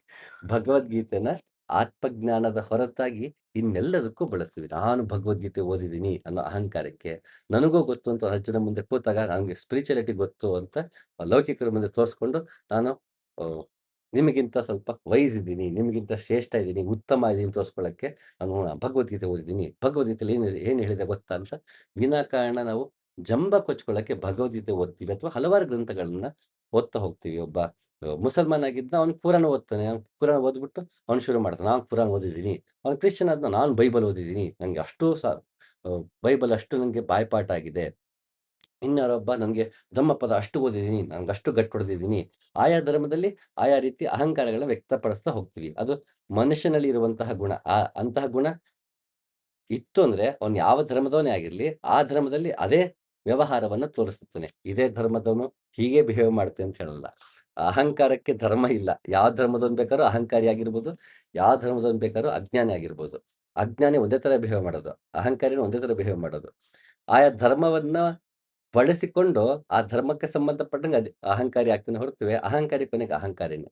ಹಾಗೆ ಅದಕ್ಕೆ ಕೃಷ್ಣ ಹೇಳ್ತಿದ್ದಾನೆ, ಈ ಕೃತಿಯನ್ನ ಅಥವಾ ಈ ಸಂವಾದವನ್ನ ಆತ್ಮಜ್ಞಾನಕ್ಕಾಗಿ ಅಲ್ಲೂ ಕೂಡ ಮುಖ್ಯವಾದ ಪ್ರಶ್ನೆ, ಮುಖ್ಯವಾದ ಚರ್ಚೆ ಆಗ್ಬೇಕು ಅಂದ್ರು ಭಗವದ್ಗೀತೆಯಲ್ಲೂ ಚರ್ಚೆ ಆಗ್ಬೇಕು. ಅದು ಆತ್ಮಜ್ಞಾನಕ್ಕೆ ಸಂಬಂಧಪಟ್ಟ ಹಾಗೆ ಗೀತೆ ಇರುವುದು. ಅದರ ಬಗ್ಗೆ ಗೀತೆ ನಮಗೆ ಚರ್ಚೆ ಆಗಬೇಕು ಅನ್ನೋದು ನಾವು ಸಂವಾದ ಹೇಗಿರಬೇಕು ಅದು ಟು ದ ಪಾಯಿಂಟ್ ಇರಬೇಕು, ಅನವಶ್ಯಕ ಇರಬಾರ್ದು. ಆತ್ಮ ಸಾಕ್ಷಾತ್ಕಾರದ ಕಡೆಗೆ, ಸತ್ಯ ಸಾಕ್ಷಾತ್ಕಾರದ ಕಡೆಗೆ, ಮೋಕ್ಷದ ಕಡೆಗೆ ಅದು ಇರಬೇಕು. ಪಾಪಗಳನ್ನು ತೊಳೆದುಕೊಂಡು ಸಂಶಯಗಳನ್ನು ನಾಶ ಮಾಡಿ ಆತ್ಮನಲ್ಲೇ ನೆಲೆ ನಿಂತು ಎಲ್ಲರ ಹಿತವನ್ನೇ ಬಯಸುವ ಋಷಿಯು ನಿರ್ವಾಣವನ್ನು ಪಡೆಯುತ್ತಾನೆ. ನಿಜವಾದ ಅಧ್ಯಾತ್ಮದ ಉದ್ದೇಶ ಇಷ್ಟೇ. ಪಾಪ ಪುಣ್ಯಗಳನ್ನ ಕಳೆದುಕೊಳ್ಳೋದು, ಮತ್ತೆ ಎಲ್ಲರನ್ನು ಸಮಭಾವದಲ್ಲಿ, ವಿಶ್ವ ಪ್ರೇಮದಲ್ಲಿ ನೋಡೋದು, ಭಗವಂತನಲ್ಲೇ ನೆಲೆ ನಿಲ್ಲುವುದು, ನಾನು ಶಾಂತನಾಗಿ ಇರುವುದು, ಎಲ್ಲರನ್ನೂ ಪ್ರೀತಿಸುವುದು. ಇದು ನಿಜವಾದ ಕ್ವಾಲಿಟೀಸು. ಅಂಥವನಿಗೆ ನಿರ್ವಾಣ ಸಿಗತ್ತೆ. ಅದಾಗಬೇಕು ಅಂದ್ರೆ ಕೃಷ್ಣ ಮತ್ತೆ ಅರ್ಜುನರ ಸಂವಾದವನ್ನು ನಾವು ಆತ್ಮಜ್ಞಾನಕ್ಕಾಗಿ ಓದಬೇಕು. ಜ್ಞಾನಕ್ಕಾಗಿ ನಾನು ಅಹಂಕಾರಿ, ನಾನು ಪಂಡಿತ ಆಗ್ಬಿಡ್ತೀನಿ ಅಂತಲ್ಲ. ಆತ್ಮಜ್ಞಾನಕ್ಕಾಗಿ ಅಧ್ಯಯನ ಮಾಡಿ ಗುರುವಿನಲ್ಲಿ ಆ ಯೋಗ ಮಾರ್ಗದಲ್ಲಿ ನಡೆದು ಆತ್ಮ ಸಾಕ್ಷಾತ್ಕಾರವನ್ನ ಮಾಡ್ಕೊಳ್ಳೋಕ್ಕೆ ಗೀತೆ ಇರೋದು. ಹಾಗೆ ಅದು ಮಾಡ್ಕೊಂಡು ಯಾರು ಈ ಸಂವಾದವನ್ನು ನೋಡ್ತಾನೆ, ಯೋಗ ಮಾರ್ಗದಲ್ಲಿ ನಡೀತಾನೆ, ಆತ ವಿಶ್ವ ಪ್ರೇಮದ ಕಡೆಗೆ ನಡೀತಾನೆ. ಎಲ್ಲರನ್ನೂ ಸಮನಾಗಿ ನೋಡ್ತಾನೆ, ಸುಖ ದುಃಖವನ್ನ ಸಮನಾಗಿ ನೋಡ್ತಾನೆ. ಅವನು ಪಾಪ ಪುಣ್ಯಗಳನ್ನ ಮೀರ್ತಾನೆ. ಅಲ್ಲಿ ದುಃಖ ಅಂತ ಅಲ್ಲಿ ನಾಗಸೇನ ಬಂತೆ ನಾಗಸೇನ ಬಳಸಿದ್ರೆ, ಇಲ್ಲಿ ಕೃಷ್ಣ ಪಾಪ ಅಂತ ಬಳಸ್ತಾನೆ. ಪಾಪ ಅಂದ ತಕ್ಷಣ ಹಾಗಾದ್ರೆ ಅದನ್ನ ಸಿನ್ ಅಂತ ಇಂಗ್ಲಿಷಲ್ಲಿ ಬಳಸ್ತೀವಿ, ಅದಂತಲ್ಲ. ಪಾಪ ಅಂದ್ರೆ ಅಡಚಣೆಗಳು ಅಂತ. ಆ, ಒಂದು ಸಂಚಿಕೆಯಲ್ಲಿ ಮೊನ್ನೆ ಹೇಳ್ತಿದ್ದೆ, ನರಕ ಅಂದ್ರೆ ನರ ಅಂದ್ರೆ ಮನುಷ್ಯ, ಅಂದ್ರೆ ಕರ್ತೃ. ಮನುಷ್ಯನೇ ಮಾಡಿಕೊಂಡಿರುವುದು. ನನ್ನ ಎಲ್ಲಾ ನೋವುಗಳಿಗೂ ದುಃಖಗಳಿಗೂ ನಾನೇ ಕಾರಣ.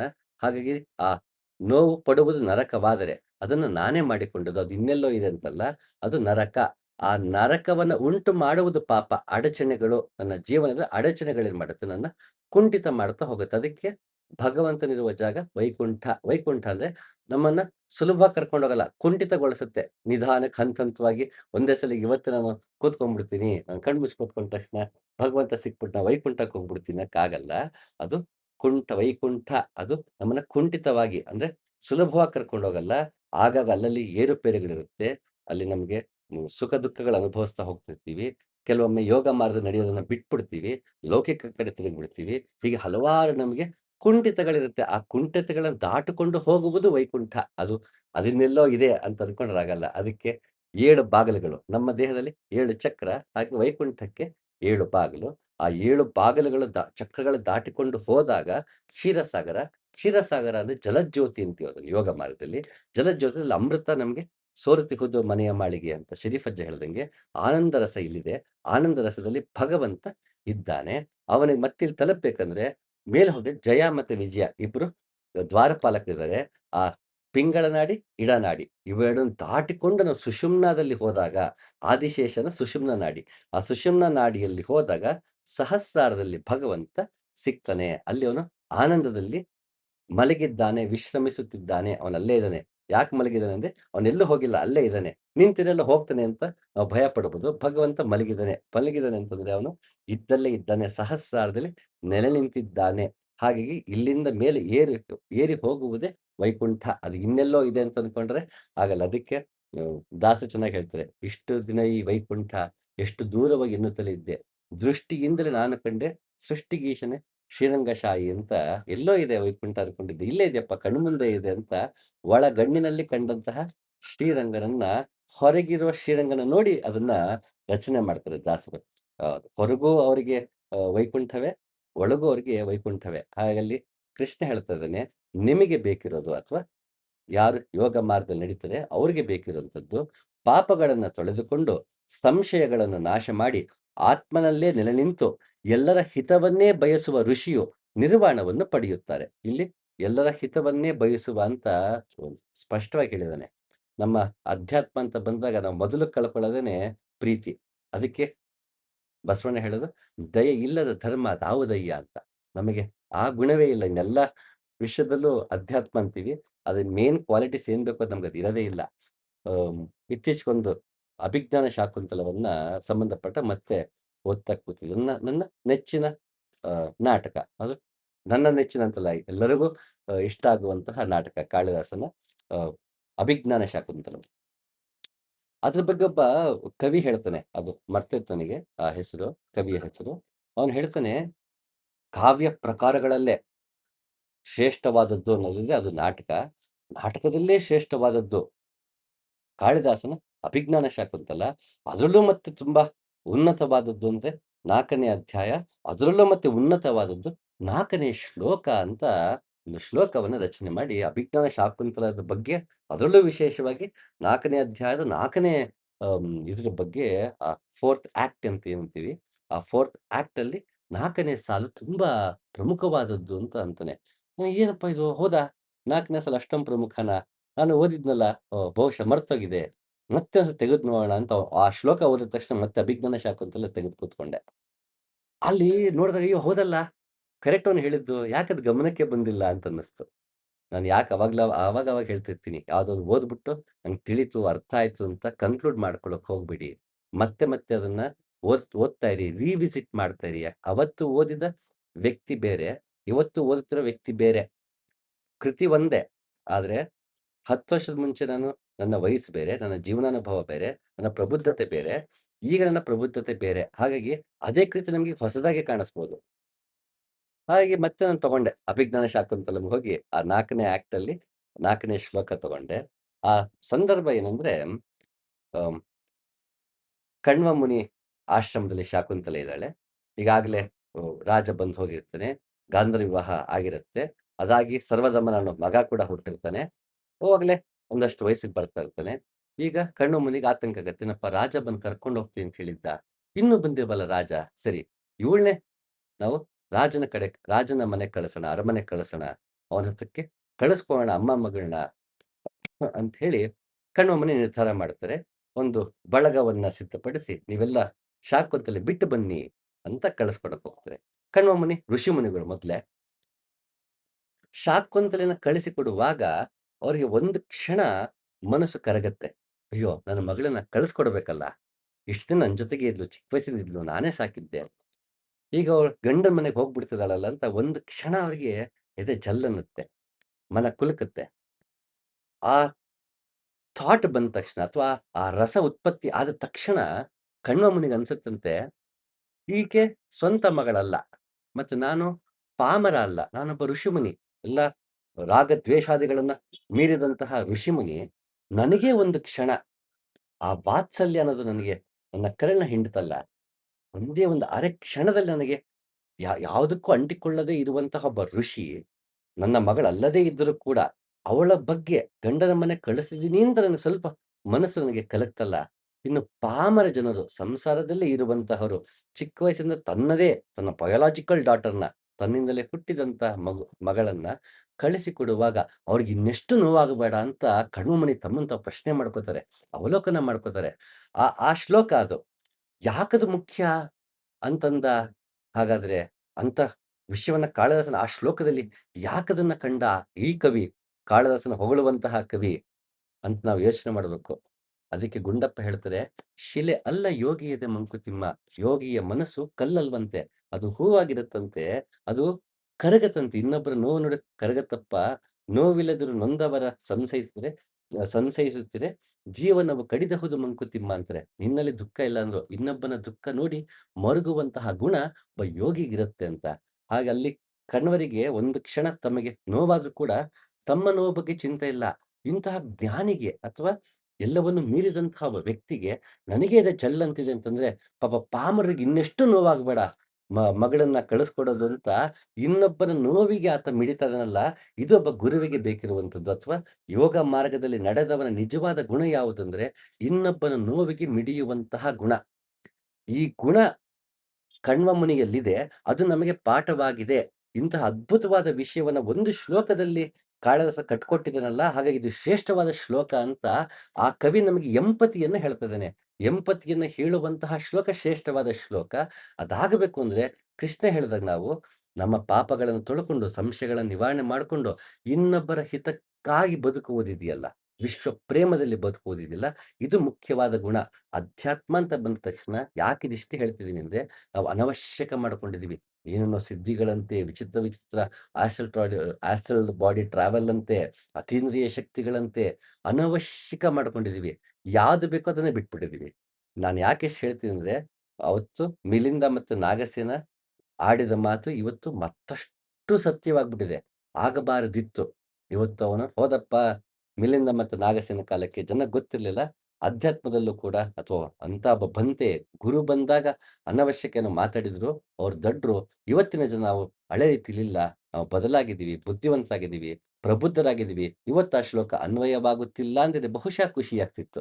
ಆದ್ರೆ ಇವತ್ತು ಆ ಶ್ಲೋಕ ಇವತ್ತು ಅನ್ವಯ, ಇವತ್ತು ಹೆಚ್ಚು ಮಟ್ಟಿಗೆ ಅನ್ವಯ ಅನ್ನೋ ಹಾಗಿದ್ರೆ, ಇದು ಸಮಾಜಕ್ಕೆ ಹಿಡಿಯುವ ಕನ್ನಡಿ ಬೇಸರದ ಸಂಗತಿ ಅಂತ ನನ್ನ ಅಭಿಪ್ರಾಯ. ಇದು ತಪ್ಪು ಅಂತಾನೆ ಇರಬಹುದು. ಅದನ್ನ ಅದು ಅವರವರಿಗೆ ಬಿಟ್ಟಿದ್ದು. ಹಾಗೆಯೇ ನಾಗಸೇನ, ಎಲ್ಲರೂ ಈ ಗುರಿಗಳನ್ನು ಇಟ್ಟುಕೊಂಡೇ ಸನ್ಯಾಸ ಸ್ವೀಕರಿಸುತ್ತಾರೆಯೇ? ಇಲ್ಲ ಮಹಾರಾಜ. ಕೆಲವರು ಮಾತ್ರ ಈ ಉದ್ದೇಶಗಳಿಗಾಗಿ ಪ್ರವರ್ಜಿತರಾಗುತ್ತಾರೆ. ಕೆಲವರು ರಾಜರ ಭಯದಿಂದ ಸನ್ಯಾಸಿಗಳಾಗುತ್ತಾರೆ. ಕೆಲವರು ಚೋರ ಭಯದಿಂದ, ಕೆಲವರು ಸಾಲದ ಹೊರೆಯಿಂದ, ಕೆಲವರು ಹೊಟ್ಟೆ ಹೊರೆಯುವುದಕ್ಕಾಗಿ ಸನ್ಯಾಸಿಗಳಾಗುತ್ತಾರೆ. ಆದರೆ ಯಾರು ನೈಜ ಸನ್ಯಾಸಿಗಳೋ ಅವರು ಕೇವಲ ನಿರ್ವಾಣಕ್ಕಾಗಿಯೇ ಸನ್ಯಾಸಿಗಳಾಗುತ್ತಾರೆ. ಇವತ್ತೇನಾದ್ರೂ ಮಿಲ್ಲಿಂದ ಈ ಪ್ರಶ್ನೆ ಕೇಳಿದ್ದಿದ್ರೆ ಎಲ್ರೂ ಇದೇ ಕಾರಣಕ್ಕೆ ಸನ್ಯಾಸಿ ಆಗ್ತಾರಾ ಅಂತ. ಬಹುಶಃ ನಾಗಸೇನ ಇವಿಷ್ಟು ಕಾರಣ ಕೊಟ್ಟು ಕೊನೆಯಲ್ಲಿ ಯೂಟ್ಯೂಬ್ ಮತ್ತೆ ಇನ್‌ಸ್ಟಾಗ್ರಾಮ್ ಆಲ್ಗಾರಿದಮ್ಸ್ ಇಂದನುವೆ ಪ್ರಭಾವಕ್ಕೊಳಗಾಗಿ ಆಧ್ಯಾತ್ಮಕ್ಕೆ ಬರ್ತಾರೆ ಅಂತ ಸಾಲ ಸೇರಿಸ್ತಿದ್ದ. ಯಾಕೆ ಹೀಗೆ ಹೇಳ್ತೀನಿ ಅಂದ್ರೆ, ಕೆಲವರಿಗೆ ಪಾಪ ನಿಜವಾಗ್ಲೂ ಅಧ್ಯಾತ್ಮದ ಬಗ್ಗೆ ಆಸಕ್ತಿನೇ ಇರಲ್ಲ. ದಿನನಿತ್ಯದ ಗೊಡವೆಗಳಲ್ಲೇ ಇರ್ತಾರೆ. ಎಲ್ಲ ಕಡೆ ಎಲ್ಲವೂ ಸಜೆಸ್ಟ್ ಆಗಿ ಯೂಟ್ಯೂಬ್ ತೆಗೆದ್ರೆ ಅಧ್ಯಾತ್ಮ ಸಂಬಂಧಪಟ್ಟಂಗೆ ವಿಡಿಯೋಸ್ ಕಾಣ್ತಿರುತ್ತೆ. ಆಕರ್ಷಣೀಯವಾಗಿ, ರೋಚಕವಾಗಿ ಅಥವಾ ವಿಲಕ್ಷಣವಾದಂತಹ ಥಂಬ್‌ನೇಲ್ಸ್ ಇರುತ್ತೆ. ಅಲ್ಲಿ ಹ್ಮ್, ಪ್ರಶ್ನೆಗಳು ಕುತೂಹಲ ಮೂಡಿಸುವಂತ ಕ್ಯಾಪ್ಷನ್ಸ್ ಕೊಟ್ಟಿರ್ತಾರೆ. ಅದು ಕ್ಲಿಕ್ ಬೈಟ್ ಅನ್ನೋ ಅಂತಾರಲ್ಲ. ಸಮಥಿಂಗ್ ವಿಚ್ ಇಸ್ ವೆರಿ ಅಲ್ಯೂರಿಂಗ್ ಅನ್ನಿಸ್ಬೇಕು ನಿಮ್ಗೆ ಅದು. ಆಕರ್ಷಣೆಗೊಳಿಸ್ಬೇಕು. ಏನೋ ಇರ್ಬೇಕಲ್ಲ ಈ ವಿಡಿಯೋನಲ್ಲಿ ಅಂತ ಅನ್ಸ್ಬೇಕು. ಆ ಥರ ಥಂಬ್‌ನೇಲ್‌ಗಳು ಮಾಡಿರ್ತಾರೆ. ಅದ್ ನೋಡಿ ಒಳಗೋಗಿ ಅಲ್ಲಿ ವಿಚಿತ್ರ ವಿಚಿತ್ರ ವಿಷಯಗಳು ಕೇಳಿ ತಲೆ ಕೆಟ್ಟೋಗಿ ವಿನಾಕಾರಣ ಆಸಕ್ತಿಯಲ್ಲಿ ಮೂಡಿರುತ್ತೆ. ಹೇಗೆ ನಾವು ಮಾರ್ಕೆಟಿಂಗಲ್ಲಿ ಎಲ್ಲಾ ಕಡೆ ಆಡ್‌ಗಳನ್ನ ಪ್ಲೇಸ್ ಮಾಡಿ ನನಗೆ ಅವಶ್ಯಕತೆ ಇರುತ್ತೋ ಬಿಡುತ್ತೋ ಅದ್ರ ಕಡೆಗೆ ಆಕರ್ಷಣೆಗೆ ಒಳಗಾಗಿ ಅದನ್ನ ಪರ್ಚೇಸ್ ಮಾಡೋ ಹಾಗೆ ಮಾರ್ಕೆಟಿಂಗ್ ಕ್ಯಾಂಪೇನಿಂಗಲ್ಲಿ ಮಾಡ್ತಾರೆ ಕಂಪನಿಗಳು ಪ್ರಾಡಕ್ಟ್‌ಗಳನ್ನ. ಅದೇ ರೀತಿ ಅಧ್ಯಾತ್ಮನ ಪ್ರಾಡಕ್ಟ್ ಆಗಿ ಮಾಡ್ಕೊಂಡು ಎಲ್ಲ ಕಡೆಯೂ ಕೊನೆಗೆ ಅದನ್ನ ಹ್ಮ್, ಪ್ರಚಾರ ಮಾಡಿ ಬೂಸ್ಟ್ ಮಾಡಿ ಹೆಚ್ಚು ಜನ ನೋಡ್ತಾರಂತ ಅದನ್ನೇ ಎಲ್ಲ ಕಡೆ ಯೂಟ್ಯೂಬ್ ಆಗ್ಲಿ, ಇನ್‌ಸ್ಟಾಗ್ರಾಮ್ ಆಗ್ಲಿ ಸಜೆಸ್ಟ್ ಮಾಡ್ತಾ ಹೋಗುತ್ತೆ. ಅದ್ರ ಪ್ರಕಾರ ಏನು ಇದು ತುಂಬಾ ಎಂಗೇಜಿಂಗ್ ಆಗಿದೆ. ಈ ಎಂಗೇಜಿಂಗ್ ಆಗಿರೋ ವಿಡಿಯೋನೇ ಎಲ್ರಿಗೂ ತೋರ್ಸೋಣ. ಅವಾಗೇನಾಗತ್ತೆ ಅವರು ನನ್ನ ಆಪ್ ಒಳಗೇನೆ ಇರ್ತಾರೆ. ಯೂಟ್ಯೂಬ್ ಇರ್ಬೋದು, ಇನ್‌ಸ್ಟಾಗ್ರಾಮ್ ಇರ್ಬೋದು, ಫೇಸ್‌ಬುಕ್ ಇರ್ಬೋದು. ಅದು ಒಂದ್ಸಲಿ ಬಂದ್ರೆ ಹುಕ್ ಆದ್ವಿ ಅಂತಂದ್ರೆ ನಾವು ಅದ್ರ ಲೂಪಲ್ಲೇ ಇರ್ತೀವಿ. ಅದ್ರಲ್ಲೇ ಎಂಗೇಜಿಂಗ್ ಆಗಿರ್ತೀವಿ. ಅವಾಗೇನ್ ಮಾಡ್ತೀವಿ ಹೆಚ್ಚು ಆ ಆಪ್‌ನ ಬಳಸ್ತೀವಿ. ನಾವು ಎಷ್ಟು ಆ ಆಪ್‌ನ ಬಳಸ್ತೀವೋ ಅಷ್ಟೇ ಅವ್ರಿಗೆ ರೆವೆನ್ಯೂ ಹೆಚ್ಚಾಗತ್ತೆ. ಇದು ಅವರ ಉದ್ದೇಶ. ಆಗ ನಮ್ಗೇನನ್ಸುತ್ತೆ, ಓಹ್! ನಂಗೆ ಇದ್ರ ಕಡೆಗೆ ಹೆಚ್ಚು ಒಲವಿರಬೇಕು. ಅದಕ್ಕೆ ಯೂಟ್ಯೂಬಲ್ಲಿ, ಇನ್‌ಸ್ಟಾಗ್ರಾಮಲ್ಲಿ ಅದ್ರ ಸಂಬಂಧಪಟ್ಟಂಗೆ ವಿಷಯಗಳು ಬರ್ತಾ ಇದೆ. ಅದು ಆಲ್‌ಗಾರಿದಮ್ಸ್ ವರ್ಕ್ ಮಾಡ್ತಾ ಇರುತ್ತೆ. ನಾವೇನ್ ಅನ್ಕೋತೀವಿ ಅದು ನಮ್ನ ಆ ಕಡೆಗೆ ಕರ್ಕೊಂಡು ಹೋಗ್ತಾ ಇದೆ. ನಂಗೆ ಸ್ಪಿರಿಚುವಲಿ ಇನ್ಕ್ಲಿನೇಷನ್ ಜಾಸ್ತಿ ಮಾಡ್ತದೆ ಅಂತ. ನಿಜವಾಗ್ಲೂ ಪಾಪ ಆಸಕ್ತಿ ಇಲ್ದಿರೋರ್ನು ಕೂಡ ಆ ಕಡೆಗೆ ಎಳ್ಕೊಂಬರುತ್ತೆ. ಇದು ಒಂದು ಕಾರಣ ಕೂಡ ಇವತ್ತಿನ ಪ್ರಸ್ತುತ ಪರಿಸ್ಥಿತಿಯಲ್ಲಿ ಇದೆಲ್ಲ ಕಾರಣಗಳು ಜೊತೆಗೆ ಇದು ಒಂದು ಕಾರಣ ಸೇರ್ಬಿಟ್ಟಿದೆ. ಹಾಗಂತ ಯಾರು ಆ ಕಾರಣಗಳಿಂದ ಬರಬಾರ್ದು ಅಂತಲ್ಲ. ನಾನಾ ಕಾರಣಗಳಿಗೆ ಪ್ರೇರಣೆಗೊಂಡು ಅಧ್ಯಾತ್ಮಕ್ಕೆ ಬರ್ಬೋದು. ಈ ತರ ಕಾರಣಗಳಿದೆ. ನೀನು ಸಾಲ ಬಾಧೆಯಿಂದ ಬಂದಿ, ಚೋರ ಭಯದಿಂದ ಬಂದಿ, ರಾಜನ ಭಯದಿಂದ ಬಂದಿ, ನಿನಗೆ ಅಧ್ಯಾತ್ಮದ ಪ್ರವೇಶ ಇಲ್ಲ ಅಂತಿಲ್ಲ. ಆದ್ರೆ ಈ ರೀತಿ ಬಂದಾಗ ಏನಾಗತ್ತೆ ಶುರುವಿನಲ್ಲಿ ಅಧ್ಯಾತ್ಮದಲ್ಲಿ ಗೊಂದಲಗಳೇ ಇರುತ್ತೆ. ಜೀವನದಲ್ಲೇ ಗೊಂದಲ ಆಗಿರುತ್ತೆ. ಆಧ್ಯಾತ್ಮಕ್ಕೆ ಬಂದಾಗ ಮತ್ತಷ್ಟು ಗೊಂದಲ ಆಗುತ್ತೆ. ಏನಪ್ಪಾ ಒಬ್ಬೊಬ್ಬ ಒಂದೊಂದು ಹೇಳ್ತಾ ಇದ್ದಾನೆ. ಒಂದೊಂದು ಕೃತಿ ಒಂದೊಂದು ಹೇಳ್ತಾ ಇದೆ. ಒಬ್ಬೊಬ್ಬ ಗುರು ಒಂದೊಂದು ಹೇಳ್ತಾ ಇದಾರೆ. ಇಲ್ಲಿ ಯಾವ್ದು ಸರಿ ಏನು ಒಂದು ಅರ್ಥನೇ ಆಗ್ತಿವಲ್ಲ. ಜಟಿಲವಾಗಿದೆಯಲ್ಲ. ಒಬ್ಬೊಬ್ರೆ ಇನ್ನೊಬ್ಬನ ಯೋಗ ಮಾರ್ಗನ ಅದು ಸರಿಗಿಲ್ಲ ಅಂತಾರೆ. ಇನ್ನೊಬ್ಬ ಆ ಗುರು ಸರಿಗಿಲ್ಲ ಅಂತಾರೆ. ಅಥವಾ ನಮ್ದೇ ಶ್ರೇಷ್ಠ ಅಂತಾರೆ. ಊಹಾಪೋಹ ಕಥೆಗಳಿರುತ್ತೆ. ಅಥವಾ ಆನೆಸ್ಟ್ ಆಗಿ ಹೇಳೋದು ಕೂಡ ನಮ್ಗದು ಅರ್ಥವೇ ಆಗಲ್ಲ. ಜಟಿಲ ಅನ್ಸ್ಬಿಡುತ್ತೆ. ನಾನಾ ಕಾರಣಗಳಿಗೆ ಜೀವನಕ್ಕಿಂತ ಗೊಂದಲ ಹೆಚ್ಚು ಅಧ್ಯಾತ್ಮದಲ್ಲಾಗ್ಬಿಡುತ್ತೆ. ಇದು ಯಾಕಾಗತ್ತೆ ಅಂದ್ರೆ, ನಾನಾ ಕಾರಣಗಳಿಗೆ ಅಧ್ಯಾತ್ಮಕ್ಕೆ ಬಂದಾಗ, ಯಾರಿಗೆ ನಿರ್ವಾಣವೇ ಬೇಕು, ಅವನು ನಿಜವಾಗ್ಲೂ ಜಿಜ್ಞಾಸುವೇ ಆಗಿದ್ದಾನೆ, ನನಗೆ ಆತ್ಮ ಸಾಕ್ಷಾತ್ಕಾರ ಬೇಕು, ನನಗೆ ಮೋಕ್ಷವೇ ಬೇಕು, ನನಗೆ ಶೂನ್ಯ ಸಂಪಾದನೆಯೇ ಬೇಕು, ಕೈವಲ್ಯವೇ ಬೇಕು, ಅದಕ್ಕೇನಾದ್ರು ಹೆಸರಿಟ್ಕೊಳ್ಳೋಣ. ಅಂಥದ್ದೇ ಬೇಕು ಅಂತ ಯಾವುದು ನಾನು ಓ ಓದಿದ್ದೀನೋ, ಕೇಳಿದ್ದೇನೋ, ಅದು ನನ್ನ ಅನುಭವಕ್ಕೆ ಬೇಕು. ಅದು ನಾನೇ ಅದು ದರ್ಶನ ಮಾಡಿಕೊಳ್ಳಬೇಕು ಅನ್ನೋ ಉತ್ಸಾಹದಿಂದ, ಆ ಆ ಆಸಕ್ತಿಯಿಂದ, ದಾಹದಿಂದ ಆತ ಅಧ್ಯಾತ್ಮಕ್ಕೆ ಬರ್ತಾನೆ. ಅವನು ಅವಶ್ಯಕವಾದ ಪ್ರಶ್ನೆಗಳನ್ನೇ ಕೇಳ್ತಾನೆ. ಅವಶ್ಯಕವಾದ ಉತ್ತರಗಳನ್ನೇ ಪಡಿತಾನೆ. ಅವನು ಗುರು ಮಾರ್ಗದಲ್ಲಿ ನಡೆದು, ಅವನು ಫೋಕಸ್ಡ್ ಆಗಿ ಆ ಪಾತಲ್ಲೇ ನಡೀತಾನೆ. ಆತ್ಮ ಸಾಕ್ಷಾತ್ಕಾರ ಮಾಡ್ಕೋತಾನೆ. ಯಾರು ನಾನಾ ಕಾರಣಗಳು ಬರ್ತಾರೆ, ತೊಳಲಾಡ್ಕೊಂಡು, ಒದ್ದಾಡ್ಕೊಂಡು ದಾರಿಯೆಲ್ಲ ತಪ್ಪಿ ಅನವಶ್ಯಕವಾದ ಆಯಾಸವನ್ನ ಪಡಬೇಕಾಗತ್ತೆ. ಇಲ್ಲಿ ಹ್ಮ್ ಭಂತೆ ನಾಗಸೇನ ಇಂಥವ್ರು ಬರಬೇಕು, ಇಂಥವ್ರು ಬರಬಾರ್ದು ಅಂತ ಹೇಳ್ತಿಲ್ಲ. ಯಾವ್ಯಾವ ಕಾರಣಕ್ಕೆ ಬರ್ತಾರೆ, ಅದು ನಮ್ಮನ್ನ ನಾವೇ ಪ್ರಶ್ನೆ ಮಾಡ್ಕೊಳ್ತಾ ಹೋಗ್ಬಹುದು. ಯಾವ್ಯಾವ ಕಾರಣಕ್ಕೆ ನಾವು ಯೋಗ ಮಾರ್ಗಕ್ಕೆ ಬಂದ್ವಿ ಅಂತ. ಉದಾಹರಣೆ ನನ್ನ ಉದಾಹರಣೆ ಕೊಡ್ತೀನಿ. ಸಾಮಾನ್ಯ ಎಲ್ರು ನನ್ಗೆ ಕೇಳ್ತಾರೆ, ಆಧ್ಯಾತ್ಮಕ್ಕೆ ನೀವು ಯಾವಾಗ ಇನ್ಕ್ಲೈನ್ ಆದ್ರಿ? ಸ್ಪಿರಿಚುವಲ್ ಅವೇಕನಿಂಗ್ ಅಂತ ಟರ್ಮ್ ಶುರು ಆಗ್ಬಿಟ್ಟಿದೆ ಇವಾಗ. ನಿಮ್ಗೆ ಸ್ಪಿರಿಚುವಲ್ ಅವೇಕನಿಂಗ್ ಯಾವಾಗಾಯ್ತು? ಅಧ್ಯಾತ್ಮದಲ್ಲಿ ನಿಮ್ಗೆ ಯಾವಾಗ ಇಂಟ್ರೆಸ್ಟ್ ಬಂತು ಅಂತ ಸಾಮಾನ್ಯ ಕೇಳ್ತಾರೆ. ನನಗದಕ್ಕೆ ಉತ್ತರ ಇಲ್ಲ. ದೇವರಣ್ಣ ಹತ್ರ ಉತ್ತರ ಇಲ್ಲ. ಯಾಕೆಂದ್ರೆ ಹ್ಮ್ ಮನೆಯಲ್ಲಿ ವಾತಾವರಣ ಒಂದು ಅಧ್ಯಾತ್ಮಕ್ಕೆ ಸಂಬಂಧಪಟ್ಟ ಹಾಗೆ ವಾತಾವರಣ ಇತ್ತು ಅನ್ನೋದು ಒಂದು ಕಾರಣ ಆದ್ರೆ, ಜೊತೆಗೆ ನನ್ನಲ್ಲಿ ಎಲ್ಲವನ್ನೂ ಪ್ರಶ್ನೆ ಮಾಡುವಂತಹ ಹ್ಮ್ ಯಾವುದೇ ಆಚರಣೆ ಇರ್ಬೋದು, ನಂಬಿಕೆ ಇರ್ಬೋದು, ಯಾವುದೇ ಆದ್ರೂ ಪ್ರಶ್ನೆ ಮಾಡೋದು. ಇದೆಲ್ಲದರ ಮೂಲ ಯಾವುದು? ಒಂದು ವಸ್ತು ಸಿಕ್ಕಿದ ಕೈಯಲ್ಲಿ ಅದ್ರ ಮೂಲ ಯಾವುದು ಅಂತ ಹುಡುಕೋದು. ಒಂದು ಟೈರ್ ನೋಡಿದ್ರೆ ಅದ್ರ ಮೂಲ ಯಾವುದು? ಟೈರ್ ಮೊದ್ಲು ಯಾರು ಕಂಡುಹಿಡಿದಿರ್ಬೋದು? ಮತ್ತದನ್ನ ಹುಡ್ಕೊಂಡು ಹೋಗೋದು. ಆಗಾಗಲೋ ಅ ಒಂದು ಟೈರ್ ಇನ್ವೆಂಟ್ ಮಾಡಿದ ಒಂದು ಕಥೆ ಸಿಗತ್ತೆ. ಸರಿ, ಯಾವ್ದೋ ಒಂದು ಪದ ಸಿಗತ್ತಾ? ಈ ಪದ ಎಲ್ಲಿಂದ ಹುಟ್ಟಿರ್ಬೋದು? ಅವಾಗ ನಂಗೆ ಗೊತ್ತು, ಎಟಿಮಾಲಜಿ ಅಂತ ಒಂದಿದೆ. ಇಲ್ಲಿ ಸಂಸ್ಕೃತದಲ್ಲಿ ಅದನ್ನ ನಿರುಕ್ತಿ ಅಂತೀವಿ, ನಿಷ್ಪತ್ತಿ ಅಂತೀವಿ, ನಿರ್ವಚನ ಅಂತೀವಿ. ಈ ತರ ಒಂದು ಎಟಿಮಾಲಜಿನೇ ಇದೆ ಅಂತ ನಂಗದು ಹೋಗ್ತಾ ಗೊತ್ತಾಯ್ತು. ಎಲ್ಲದೂ ಮೂಲ ಹುಡುಕೋ ಒಂದು ಸ್ವಭಾವ ನನಗೆ ಹುಟ್ಟುತ್ತಾನೆ ಬಂದಿತ್ತು. ಈ ಸ್ವಭಾವ ನನ್ನ ಮೂಲ ಕರ್ಕೊಂಡು ಹೋಗ್ತಾ ಬಂತು. ಹಾಗಾದ್ರೆ ನಾನೆಲ್ಲಿಂದ ಬಂದಿದ್ದೀನಿ? ನಾನು ಎಲ್ಲಿಗೆ ಹೋಗ್ತೀನಿ? ಇದಾಗ್ರೆ ಈ ದೇಹ ಯಾವ್ದಿದು? ಇದು ಚಿಕ್ಕ ವಯಸ್ಸಲ್ಲಿ ಒಂಥರ ಇತ್ತು, ಈಗ ಒಂಥರ ಇದೆ, ನಾಳೆ ಒಂಥರ ಆಗ್ತಿದೆಯಲ್ಲ. ಇದೆಲ್ಲ ಯಾವ್ದು? ಎಲ್ಲದನ್ನು ಪ್ರಶ್ನೆ ಮಾಡಬೇಕು, ಎಲ್ಲವನ್ನ ತಿಳ್ಕೊಳ್ಬೇಕು. ಎರಡು ನೋಡಿದ್ರೆ ಆತ್ಮ ಸಾಕ್ಷಾತ್ಕಾರ, ಭಗವಂತ ಅಂದ್ರೆ ಅದು ನಿಜವಾದ ಅನುಭವಕ್ಕೆ ಪಡಿಬೇಕಲ್ಲ. ಗುರುವಲ್ಲಿ ಶರಣಾಗು ಅಂತಾರೆ. ಹಾಗಾದ್ರೆ ಗುರು ಅಂದ್ರೆ ಯಾರು? ಶಿಷ್ಯ ಅಂದ್ರೆ ಯಾರು? ಶರಣಾಗೋದು ಅಂದ್ರೆ ಏನು? ಎಲ್ಲವನ್ನು ಪ್ರಶ್ನೆ ಮಾಡ್ಕೊಳ್ತಾ ಚಿಕ್ಕ ವಯಸ್ಸಿಂದನೇ ಆ ಪ್ರಶ್ನೆ ಮಾಡೋ ಮನೋಭಾವವೇ ನನ್ನ ಅ ಕರ್ಕೊಂಬಂದಿದ್ದು. ನಂಗೆ ಅಧ್ಯಾತ್ಮ ಮತ್ತೆ ಬದುಕನ್ನ ಬೇರೆಯಾಗಿ ನೋಡೋದಕ್ಕೆ ಬಂದಿಲ್ಲ. ಹಲವಾರು ಸಂಚಿಕೆಗಳಲ್ಲಿ ಅದನ್ನ ಹೇಳ್ತಾ ಬಂದಿದ್ದೀನಿ. ಯಾವುದೇ ಕಾರಣವಿಲ್ಲದೆ ಬರೀ ಜಿಜ್ಞಾಸುವಾಗಿ ಅಧ್ಯಾತ್ಮಕ್ಕೆ ಬಂದಂತಹ ವ್ಯಕ್ತಿ. ಹಾಗಾಗಿ ಹಲವಾರು ಕಾರಣಗಳು ಬಂದವರು ಸಂಪರ್ಕದಲ್ಲಿದ್ದಾರೆ. ಈಗಲೂ ಕೂಡ ಹಲವಾರು ಕಾರಣಕ್ಕೆ ಅಧ್ಯಾತ್ಮ ಅಂತ ಬಂದಾಗ ಸಂಪರ್ಕ ಮಾಡೋರು ಇದ್ದೇ ಇದ್ದಾರೆ. ಸೆಷನ್ಸ್‌ಗೆ ಬರ್ತಾರೆ. ಮೆಡಿಟೇಷನ್ ಸೆಷನ್ಸ್ ಬರ್ತಾರೆ. ಎಷ್ಟೋ ಜನ ಗ್ರಂಥಗಳನ್ನ ಪರಿಚಯ ಮಾಡಿಕೊಡೋ ಕಾರ್ಯಕ್ರಮ ಈಗಾಗಲೇ ವಿಷ್ಣು ಸಹಸ್ರನಾಮ ಸೆಷನ್ಸ್ ನಡೀತಾನೆ ಇದೆ. ವಿಷ್ಣು ಸಹಸ್ರನಾಮದಲ್ಲಿ ಆ 1000 ಹೆಸರುಗಳ ಯೋಗಾರ್ಥವೇನು? ಅದರಲ್ಲಿ ಪೌರಾಣಿಕ ಅರ್ಥವೇನು? ಧಾರ್ಮಿಕ ಅರ್ಥವೇನು? ಜೀವನದಲ್ಲಿ ಆ ಅರ್ಥಗಳನ್ನು ಅನುಸಂಧಾನ ಮಾಡೋದು ಹೇಗೆ? ಯಾವ್ಯಾವ ಹೆಸರನ್ನ ಅ ಧ್ಯಾನದ ರೀತಿಯಲ್ಲಿ ಹೆಸರುಗಳು ಹೇಗೆ ಬಳಕೆ ಆಗುತ್ತೆ? ಹೀಗೆ ಸೆಷನ್‌ಗಳು ನಡೀತಾನೆ ಇದೆ. ವಿಷ್ಣು ಸಹಸ್ರನಾಮ ಈಗ 3 ಸೆಷನ್ ನಡೀತಾ ಇದೆ. ಹಾಗೆ ಹಲವಾರು ಕಾರಣಗಳಿಗೆ ಅಪ್ರೋಚ್ ಮಾಡ್ತಿರ್ತಾರೆ. ಇಂಥ ಕಾರಣಕ್ಕೆ ಅಪ್ರೋಚ್ ಮಾಡಬೇಕು ಅಂತ ಏನು ನಿಯಮ ಇಲ್ಲ. ಆದರೆ ಯಾವುದೇ ಕಾರಣಗಳು ಬಂದ್ರು, ಕೊನೆಗೆ ಅವಶ್ಯಕವಾದ ವಿಷಯಗಳನ್ನ ಪ್ರಶ್ನೆಗಳನ್ನ ಕೇಳಬೇಕು. ಅವಶ್ಯಕವಾದ ಚರ್ಚೆಯೇ ಆರೋಗ್ಯಕರವಾದ ಚರ್ಚೆಯೇ ನಡಿಬೇಕು. ಅದಕ್ಕೆ ಈ ಗೊಂದಲ ಇರುತ್ತಲ್ಲ, ಹಾಗಾದ್ರೆ ಅಧ್ಯಾತ್ಮಕ್ಕೆ ಯಾವ ಕಡೆಯಿಂದ ಬರಬೇಕು? ಅಧ್ಯಾತ್ಮಕ್ಕೆ ಬಂದಾಗ ಏನ್ ಮಾಡಬೇಕು ಅಂತ ಪ್ರಶ್ನೆ ಬಂದಾಗ, ಇಂಥದಕ್ಕೆ ಕೃಷ್ಣ ತುಂಬಾ ಸರಳವಾದ ಉಪಾಯವನ್ನ ಕೊಡ್ತಾನೆ. ಕರ್ಮೇಂದ್ರಿಯಗಳನ್ನು ಅದುಮಿಟ್ಟು ಮನಸ್ಸಿನಿಂದಲೇ ಇಂದ್ರಿಯ ವಿಷಯಗಳ ಕನಸು ಕಾಣುವ ತಿಳಿಗೇಡಿ ಡಂಬಚಾರಿ ಎನಿಸುತ್ತಾನೆ. ಇದು ಕೃಷ್ಣನೇ ಭಗವದ್ಗೀತೆಯಲ್ಲಿ ಹೇಳಿರೋದು. ನಾವು ಮನಸ್ಸಲ್ಲಿ ಎಲ್ಲಾನು ಅದುಮಿಟ್ಕೊಂಡು ನನಗೆ ಅಧ್ಯಾತ್ಮಕ್ಕೆ ಹೋಗ್ತಾ ಇದೀನಿ, ನನಗೆ ವೈರಾಗ್ಯ ಪಡಿಬೇಕು, ನಂಗೆ ಲೌಕಿಕದ ಕಡೆ ಗಮನ ಕೊಡಲ್ಲ ಅಂತ ಅನ್ನೋದು. ಆದ್ರೆ ಮನಸ್ಸಲ್ಲೇ ಎಲ್ಲವನ್ನು ಅಯ್ಯೋ! ಅಂತ ಬಿಟ್ಬಿಟ್ನಲ್ಲ ಅನ್ಕೊಳ್ಳೋದು. ಅವಾಗ ಅದ್ರ ಬಗ್ಗೆ ಆಸೆ ಪಡೋದು. ನನ್ನ ಮನಸ್ಸು ಪೂರ್ತಿ ಅದ್ರ ಕಡೆನೇ ಇದ್ರೆ, ಅವನು ಡಂಬಾಚಾರಿ, ಹಿಪೋಕ್ರಿಟ್ ಆಗ್ತಾನೆ ಅಂತ ಕೃಷ್ಣ ಹೇಳ್ತಾನೆ. ಈ ವೈರಾಗ್ಯ ಅಂತ ಬಂದಾಗ ವೈರಾಗ್ಯಕ್ಕೂ ಜಿಗುಪ್ಸೆಗೂ ಏನ್ ವ್ಯತ್ಯಾಸ? ವೈರಾಗ್ಯ ಯಾವ್ಯಾವ ರೀತಿ ಇರುತ್ತೆ ಅಂತ ಇದ್ರ ಬಗ್ಗೆನೇ ಒಂದು ಅ ಕೂಲಂಕುಷವಾಗಿ ಸವಿಸ್ತಾರವಾಗಿ ಒಂದು ಸಂಚಿಕೆನ ಮಾಡಿದೀನಿ. ಅದು ಡಿಸ್ಕ್ರಿಪ್ಷನ್ ಅಲ್ಲಿ ಹಾಕಿರ್ತೀನಿ. ನೀವು ಅದನ್ನ ವಿಡಿಯೋ ನೋಡ್ಬೋದು. ಪೂರ್ತಿ ವೈರಾಗ್ಯನ ಪದ ಅಂದ್ರೆ ಏನು? ಯಾವ್ಯಾವ ರೀತಿ ವೈರಾಗ್ಯ ಇರುತ್ತೆ? ಆ ವೈರಾಗ್ಯ ನಮ್ಮಲ್ಲಿ ಯಾವ ರೀತಿ ಇರುತ್ತೆ ಗುರುತಿಸ್ಕೊಳ್ಳೋದು ಹೇಗೆ? ಮತ್ತೆ ಗುರುತಿಸ್ಕೊಂಡು ಆರೋಗ್ಯಕರವಾದ ವೈರಾಗ್ಯವನ್ನ ತಾಳೋದು ಹೇಗೆ? ಸಂಸಾರಿ ವೈರಾಗ್ಯವನ್ನ ತಾಳಬೇಕು ಅಂದ್ರೆ ಅದು ಯಾವ ರೀತಿ ಇರಬೇಕು ಅಂತ ಅದ್ರ ಬಗ್ಗೆನೇ ಒಂದು ಸವಿಸ್ತಾರವಾದ ವಿಡಿಯೋ ಮಾಡಿದ್ದೀನಿ. ಆಸಕ್ತಿ ಅದನ್ನ ನೋಡಬಹುದು. ಹಾಗೆ ಮುಂದೆ ಕೃಷ್ಣ ಹೇಳ್ತಾನೆ, ವಿಹಿತವಾದ ಕರ್ಮವನ್ನು ತೊರೆಯುವುದು ತರವಲ್ಲ. ಅರಿವುಗೆಟ್ಟು ಅದನ್ನು ತೊರೆಯುವುದು ತಾಮಸ ತ್ಯಾಗ ಎನಿಸುತ್ತದೆ. ಕೃಷ್ಣ ಭಗವದ್ಗೀತೆಯಲ್ಲಿ ಎಲ್ಲವನ್ನು 3 ಕ್ಯಾಟಗರಿ ಡಿವೈಡ್ ಮಾಡ್ತಾನೆ. ರಾಜಸ, ತಾಮಸ, ಸಾತ್ವಿಕ ಅಂತ. ಡಿವೈಡ್ ಮಾಡುವಾಗ ಹೇಳ್ತಾನೆ, ತ್ಯಾಗದಲ್ಲೂ ಕೂಡ ಈ ವೈರಾಗ್ಯ ಅಂತ ಅಂತೀವಿ, ಸನ್ಯಾಸ ಅಂತೀವಿ, ತೊರೆಯುವುದು ಅಂತೀವಿ. ಇದನ್ನು ಕೂಡ 3 ಆಗಿ ಡಿವೈಡ್ ಮಾಡ್ತಾನೆ. ರಾಜಸ, ತಾಮಸ, ಸಾತ್ವಿಕ ಅಂತ. ಇಲ್ಲಿ ತಾಮಸವನ್ನ ಹೇಳ್ತಾ ಇದ್ದಾನೆ. ನಾವು ನಮ್ಮ ಜವಾಬ್ದಾರಿಗಳಿಂದ ವಿಮುಖರಾಗಿ ಅದನ್ನ ತೊರೆದು, ನಮ್ದೊಂದು ಕಮಿಟ್ಮೆಂಟ್ಸ್ ಇರುತ್ತೆ, ಸಂಸಾರ ಅಂತ ಇರುತ್ತೆ. ಇವುಗಳನ್ನ ತೊರೆದು ನೀನು ಸನ್ಯಾಸ ಅಂತ ಬರ್ತೀಯ, ವೈರಾಗ್ಯ ಅಂತ ಬರಂಗಿದೆ.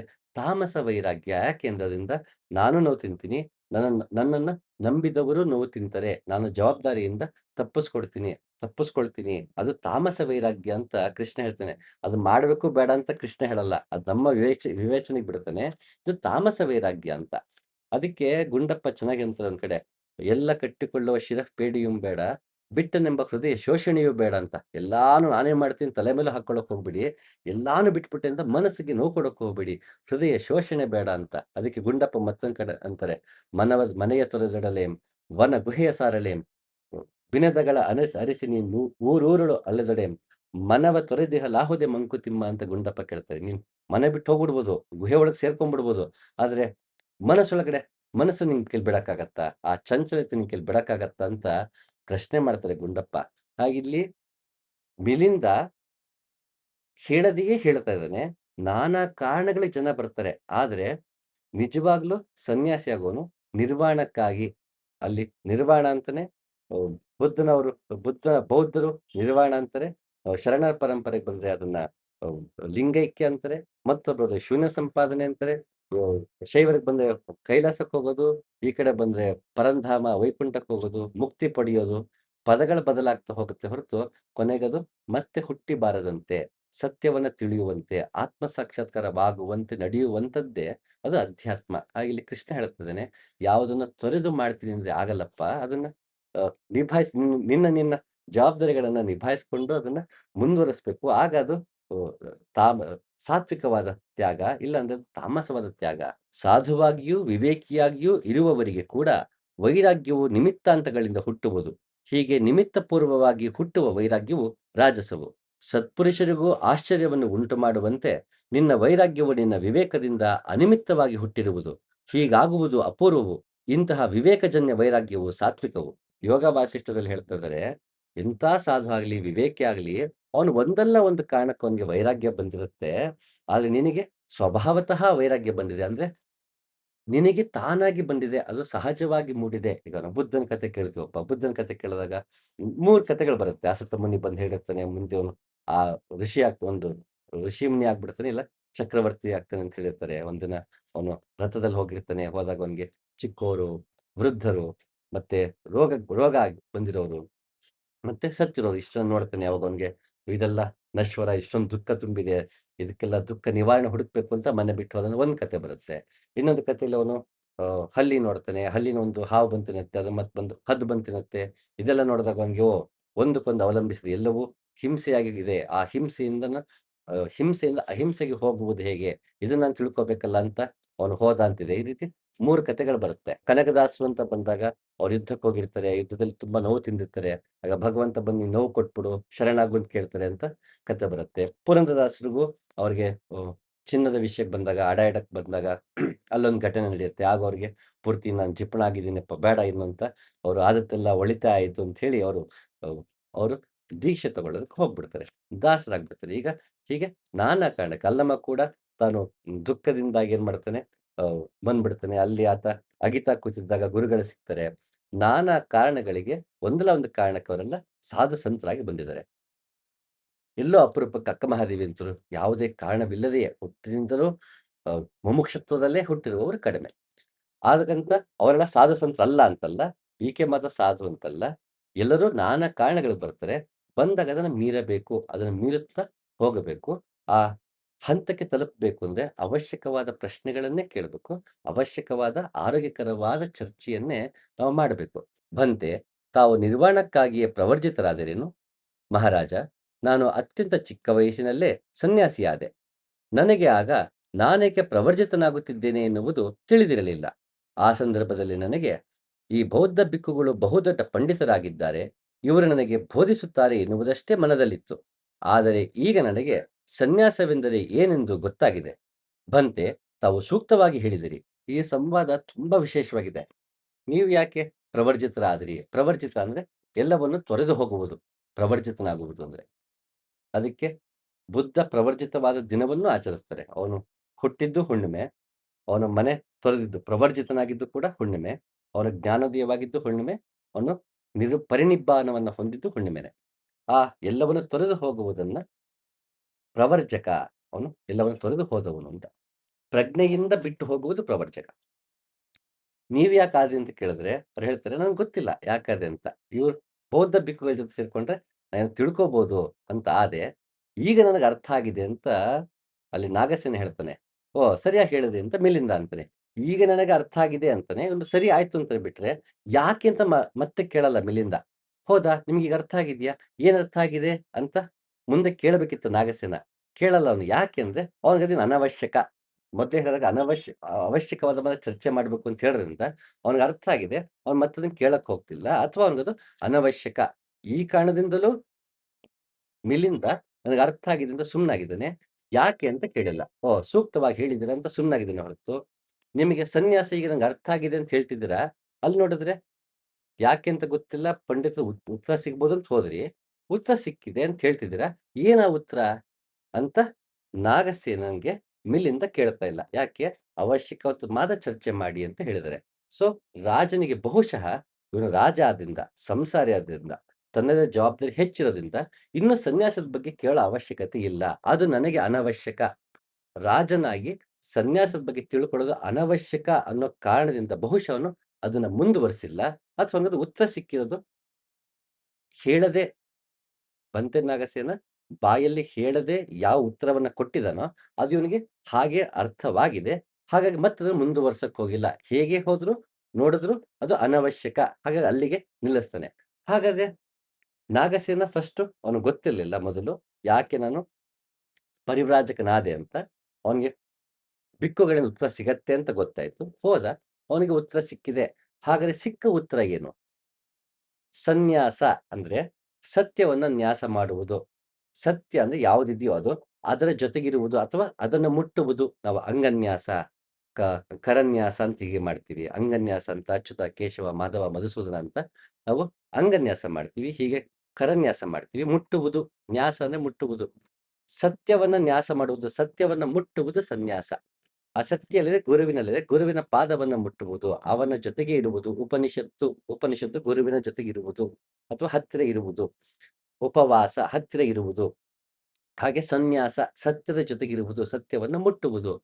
ಸೊ, ಈಗ ಸನ್ಯಾಸ ನಂಗೆ ಅರ್ಥವಾಗಿದೆ ಅಂತಂದ್ರೆ, ಆತ ಪರಿವ್ರಾಜಕನಾಗಿದ್ದು, ನಾನು ಮತ್ತೆ ಹುಟ್ಟಬಾರದೆ ಇರುವುದಕ್ಕೆ, ಕಳೆದ ಹಿಂದಿನ ದುಃಖವನ್ನ ನಾಶ ಮಾಡ್ಕೊಳ್ಳಕ್ಕೆ, ಮತ್ತೆ ದುಃಖ ಹುಟ್ಟದೇ ಇರಕ್ಕೆ ಅಲ್ಲಿ ಮೊದಲೇ ಉತ್ತರ ಕೊಟ್ಟಿದ್ದಾನೆ. ಆ ಉತ್ತರನೂ ಅಂತ ಅನ್ಕೋಬಹುದು. ಅಥವಾ ಅವನ ಸತ್ಯವನ್ನ ಕಂಡುಕೊಳ್ಳುವುದಕ್ಕೆ ಅನ್ನೋ ಅರ್ಥ ಏನಿದೆ, ಅದನ್ನು ಹೇಳದೆಯೇ ದಾಟಿಸುತ್ತಿರಬಹುದು. ಯಾಕೆಂದ್ರೆ ಅನವಶ್ಯಕವಾದದ್ದು ಹೇಳೋದು ಬೇಡ. ಇದು ನಿನಗೆ ಹೇಗಿದ್ರು ಅರ್ಥ ಆಗ್ತಿದೆ. ನೀನೇ ಮೊದ್ಲೇ ಅಷ್ಟೆಲ್ಲ ಜಾಣನಾಗಿದೀಯ ಮಿಲಿಂದ. ಹಾಗಾಗಿ ಮತ್ತೆ ನಿನಗೆ ಏನಕ್ ಏನಕ್ಕೆ ನಾನು ಸನ್ಯಾಸ ಪಡೆದೆ ಮತ್ತೆ ಹೇಳೋ ಅವಶ್ಯಕತೆನಿದೆ? ಇದು ಅನವಶ್ಯಕ. ಇದು ಅಂಡರ್‌ಸ್ಟುಡ್. ನಮಗೆ ತಾನಾಗೆ ಈ ಸಂವಾದದಲ್ಲಿ ನಿನಗೆ ಸಿಗುತ್ತಿರುವ ಜಿಸ್ಟ್ ಅದು ನಿನಗೆ ಗೊತ್ತಿದೆ. ಹಾಗಾಗಿ ಮತ್ತೆ ಹೇಳುವ ಅವಶ್ಯಕತೆ ಇಲ್ಲ ಅಂತ ಬಹುಶಃ ನಾನು ಯಾಕೆ ಸನ್ಯಾಸ ತಗೊಂಡೆ ಅಂತ ಅವನು ಅರ್ಥ ಏನಾಗಿದೆ ಅವನಿಗೆ ಅದನ್ನ ಬಾಯ್ಬಿಟ್ಟು ಮತ್ತೆ ಹೇಳ್ತಿಲ್ಲ ಅವನು. ಯಾಕೆಂದ್ರೆ ಅವಶ್ಯಕವಾದದ್ದು ಮಾತ್ರ ಮಾತಾಡಬೇಕು. ಈ ಇಡೀ ಸಂವಾದ ಏನಿದೆ ನಾನು ಯಾಕೆ ಮತ್ತೆ ಮತ್ತೆ ಹೇಳ್ತೀನಿ ಅಂದ್ರೆ, ಮೊದಲು ಶುರು ಆಯ್ತು. ಅವಶ್ಯಕವಾದದ್ದು ಮಾತ್ರ ಚರ್ಚೆ ಆಗ್ಲಿ ಅಂತ. ಇದು ಅವಶ್ಯಕ ಅಲ್ಲ. ಯಾಕೆ ನಿಮಗೆ ಅರ್ಥ ಆಗಿದೆ. ಅರ್ಥ ಆಗದಿರೋದು ಚರ್ಚೆ ಮಾಡ್ಬೇಕು. ಅರ್ಥ ಆಗಿದ್ರೆ ಚರ್ಚೆ ಮಾಡೋ ಅವಶ್ಯಕತೆ ಇಲ್ಲ. ಹಾಗಾಗಿ ಅದ್ರ ಬಗ್ಗೆ ಮಾತಾಡ್ತಾ ಇಲ್ಲ. ಹೀಗೂ ಅನ್ಕೋಬಹುದು ಅಥವಾ ಇದರ ಅರ್ಥವನ್ನ ನಾವು ಪ್ರಶ್ನೆ ಮಾಡ್ಕೋಬಹುದು ನಮ್ಮಲ್ಲೇ. ಹಾಗಾದ್ರೆ ನಾಗಸೇನ ಗೊತ್ತಿಲ್ಲದೆ ಪರಿವ್ರಾಜಕನಾದ. ಒಳಗೆ ಅವನಿಗೆ ಗೊತ್ತಾಯ್ತು. ಅದು ಏನಿರ್ಬೋದು? ಇದ್ರ ಆಚೆನೂ ಇರ್ಬೋದಾ? ಹುಟ್ಟು ಸಾವಿನ ಮೀರುವಂಥದ್ದು, ದುಃಖವನ್ನ ಹಳೆ ದುಃಖ ಕಳ್ಕೊಂಡು ಹೊಸ ದುಃಖ ಹುಟ್ಟಿದರೆ ನೋಡ್ಕೊಳ್ಳೋದು. ಇದು ಮಾತ್ರನಾ?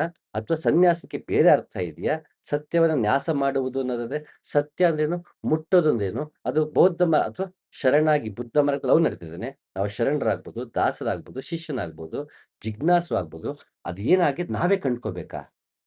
ಅದನ್ನ ಕೊನೆಗೆ ಮತ್ತೆ ಬಾಯ್ಬಿಟ್ಟು ಹೇಳೋ ಅವಶ್ಯಕತೆ ಇಲ್ಲ ಅನ್ನೋದಿದ್ರೆ, ಮಾತಿನಿಂದ ಮೀರಿರುವಂತಹ ಸತ್ಯನ ಅದು. ಮಿಲಿಂದ ಬಾಯಿ ಬಿಟ್ಟು ಹೇಳಿಲ್ಲ ಅಂದ್ರೆ, ಆ ಅರ್ಥ ಅವ್ನಿಗೇನ್ ದಕ್ಕಿದೆ, ಅದು ಮಾತಿಂದ ಆಚೆ ಇದೆಯಾ? ಅದು ಮೌನದಲ್ಲಿದೆಯಾ? ಹಾಗಾದ್ರೆ ನಾವು ಹ್ಮ್, ರಮಣ ಮಹರ್ಷಿ ಹೇಳ್ದಾಗೆ ಸುಮ್ಮನಿರ್ಬೇಕಾ? ನಾನು ಯಾರು ಅಂತ ಕೇಳ್ಕೋಬೇಕಾ? ಅನ್ನೋದು ನಮಗೆ ಬಿಟ್ಟಿರುತ್ತೆ.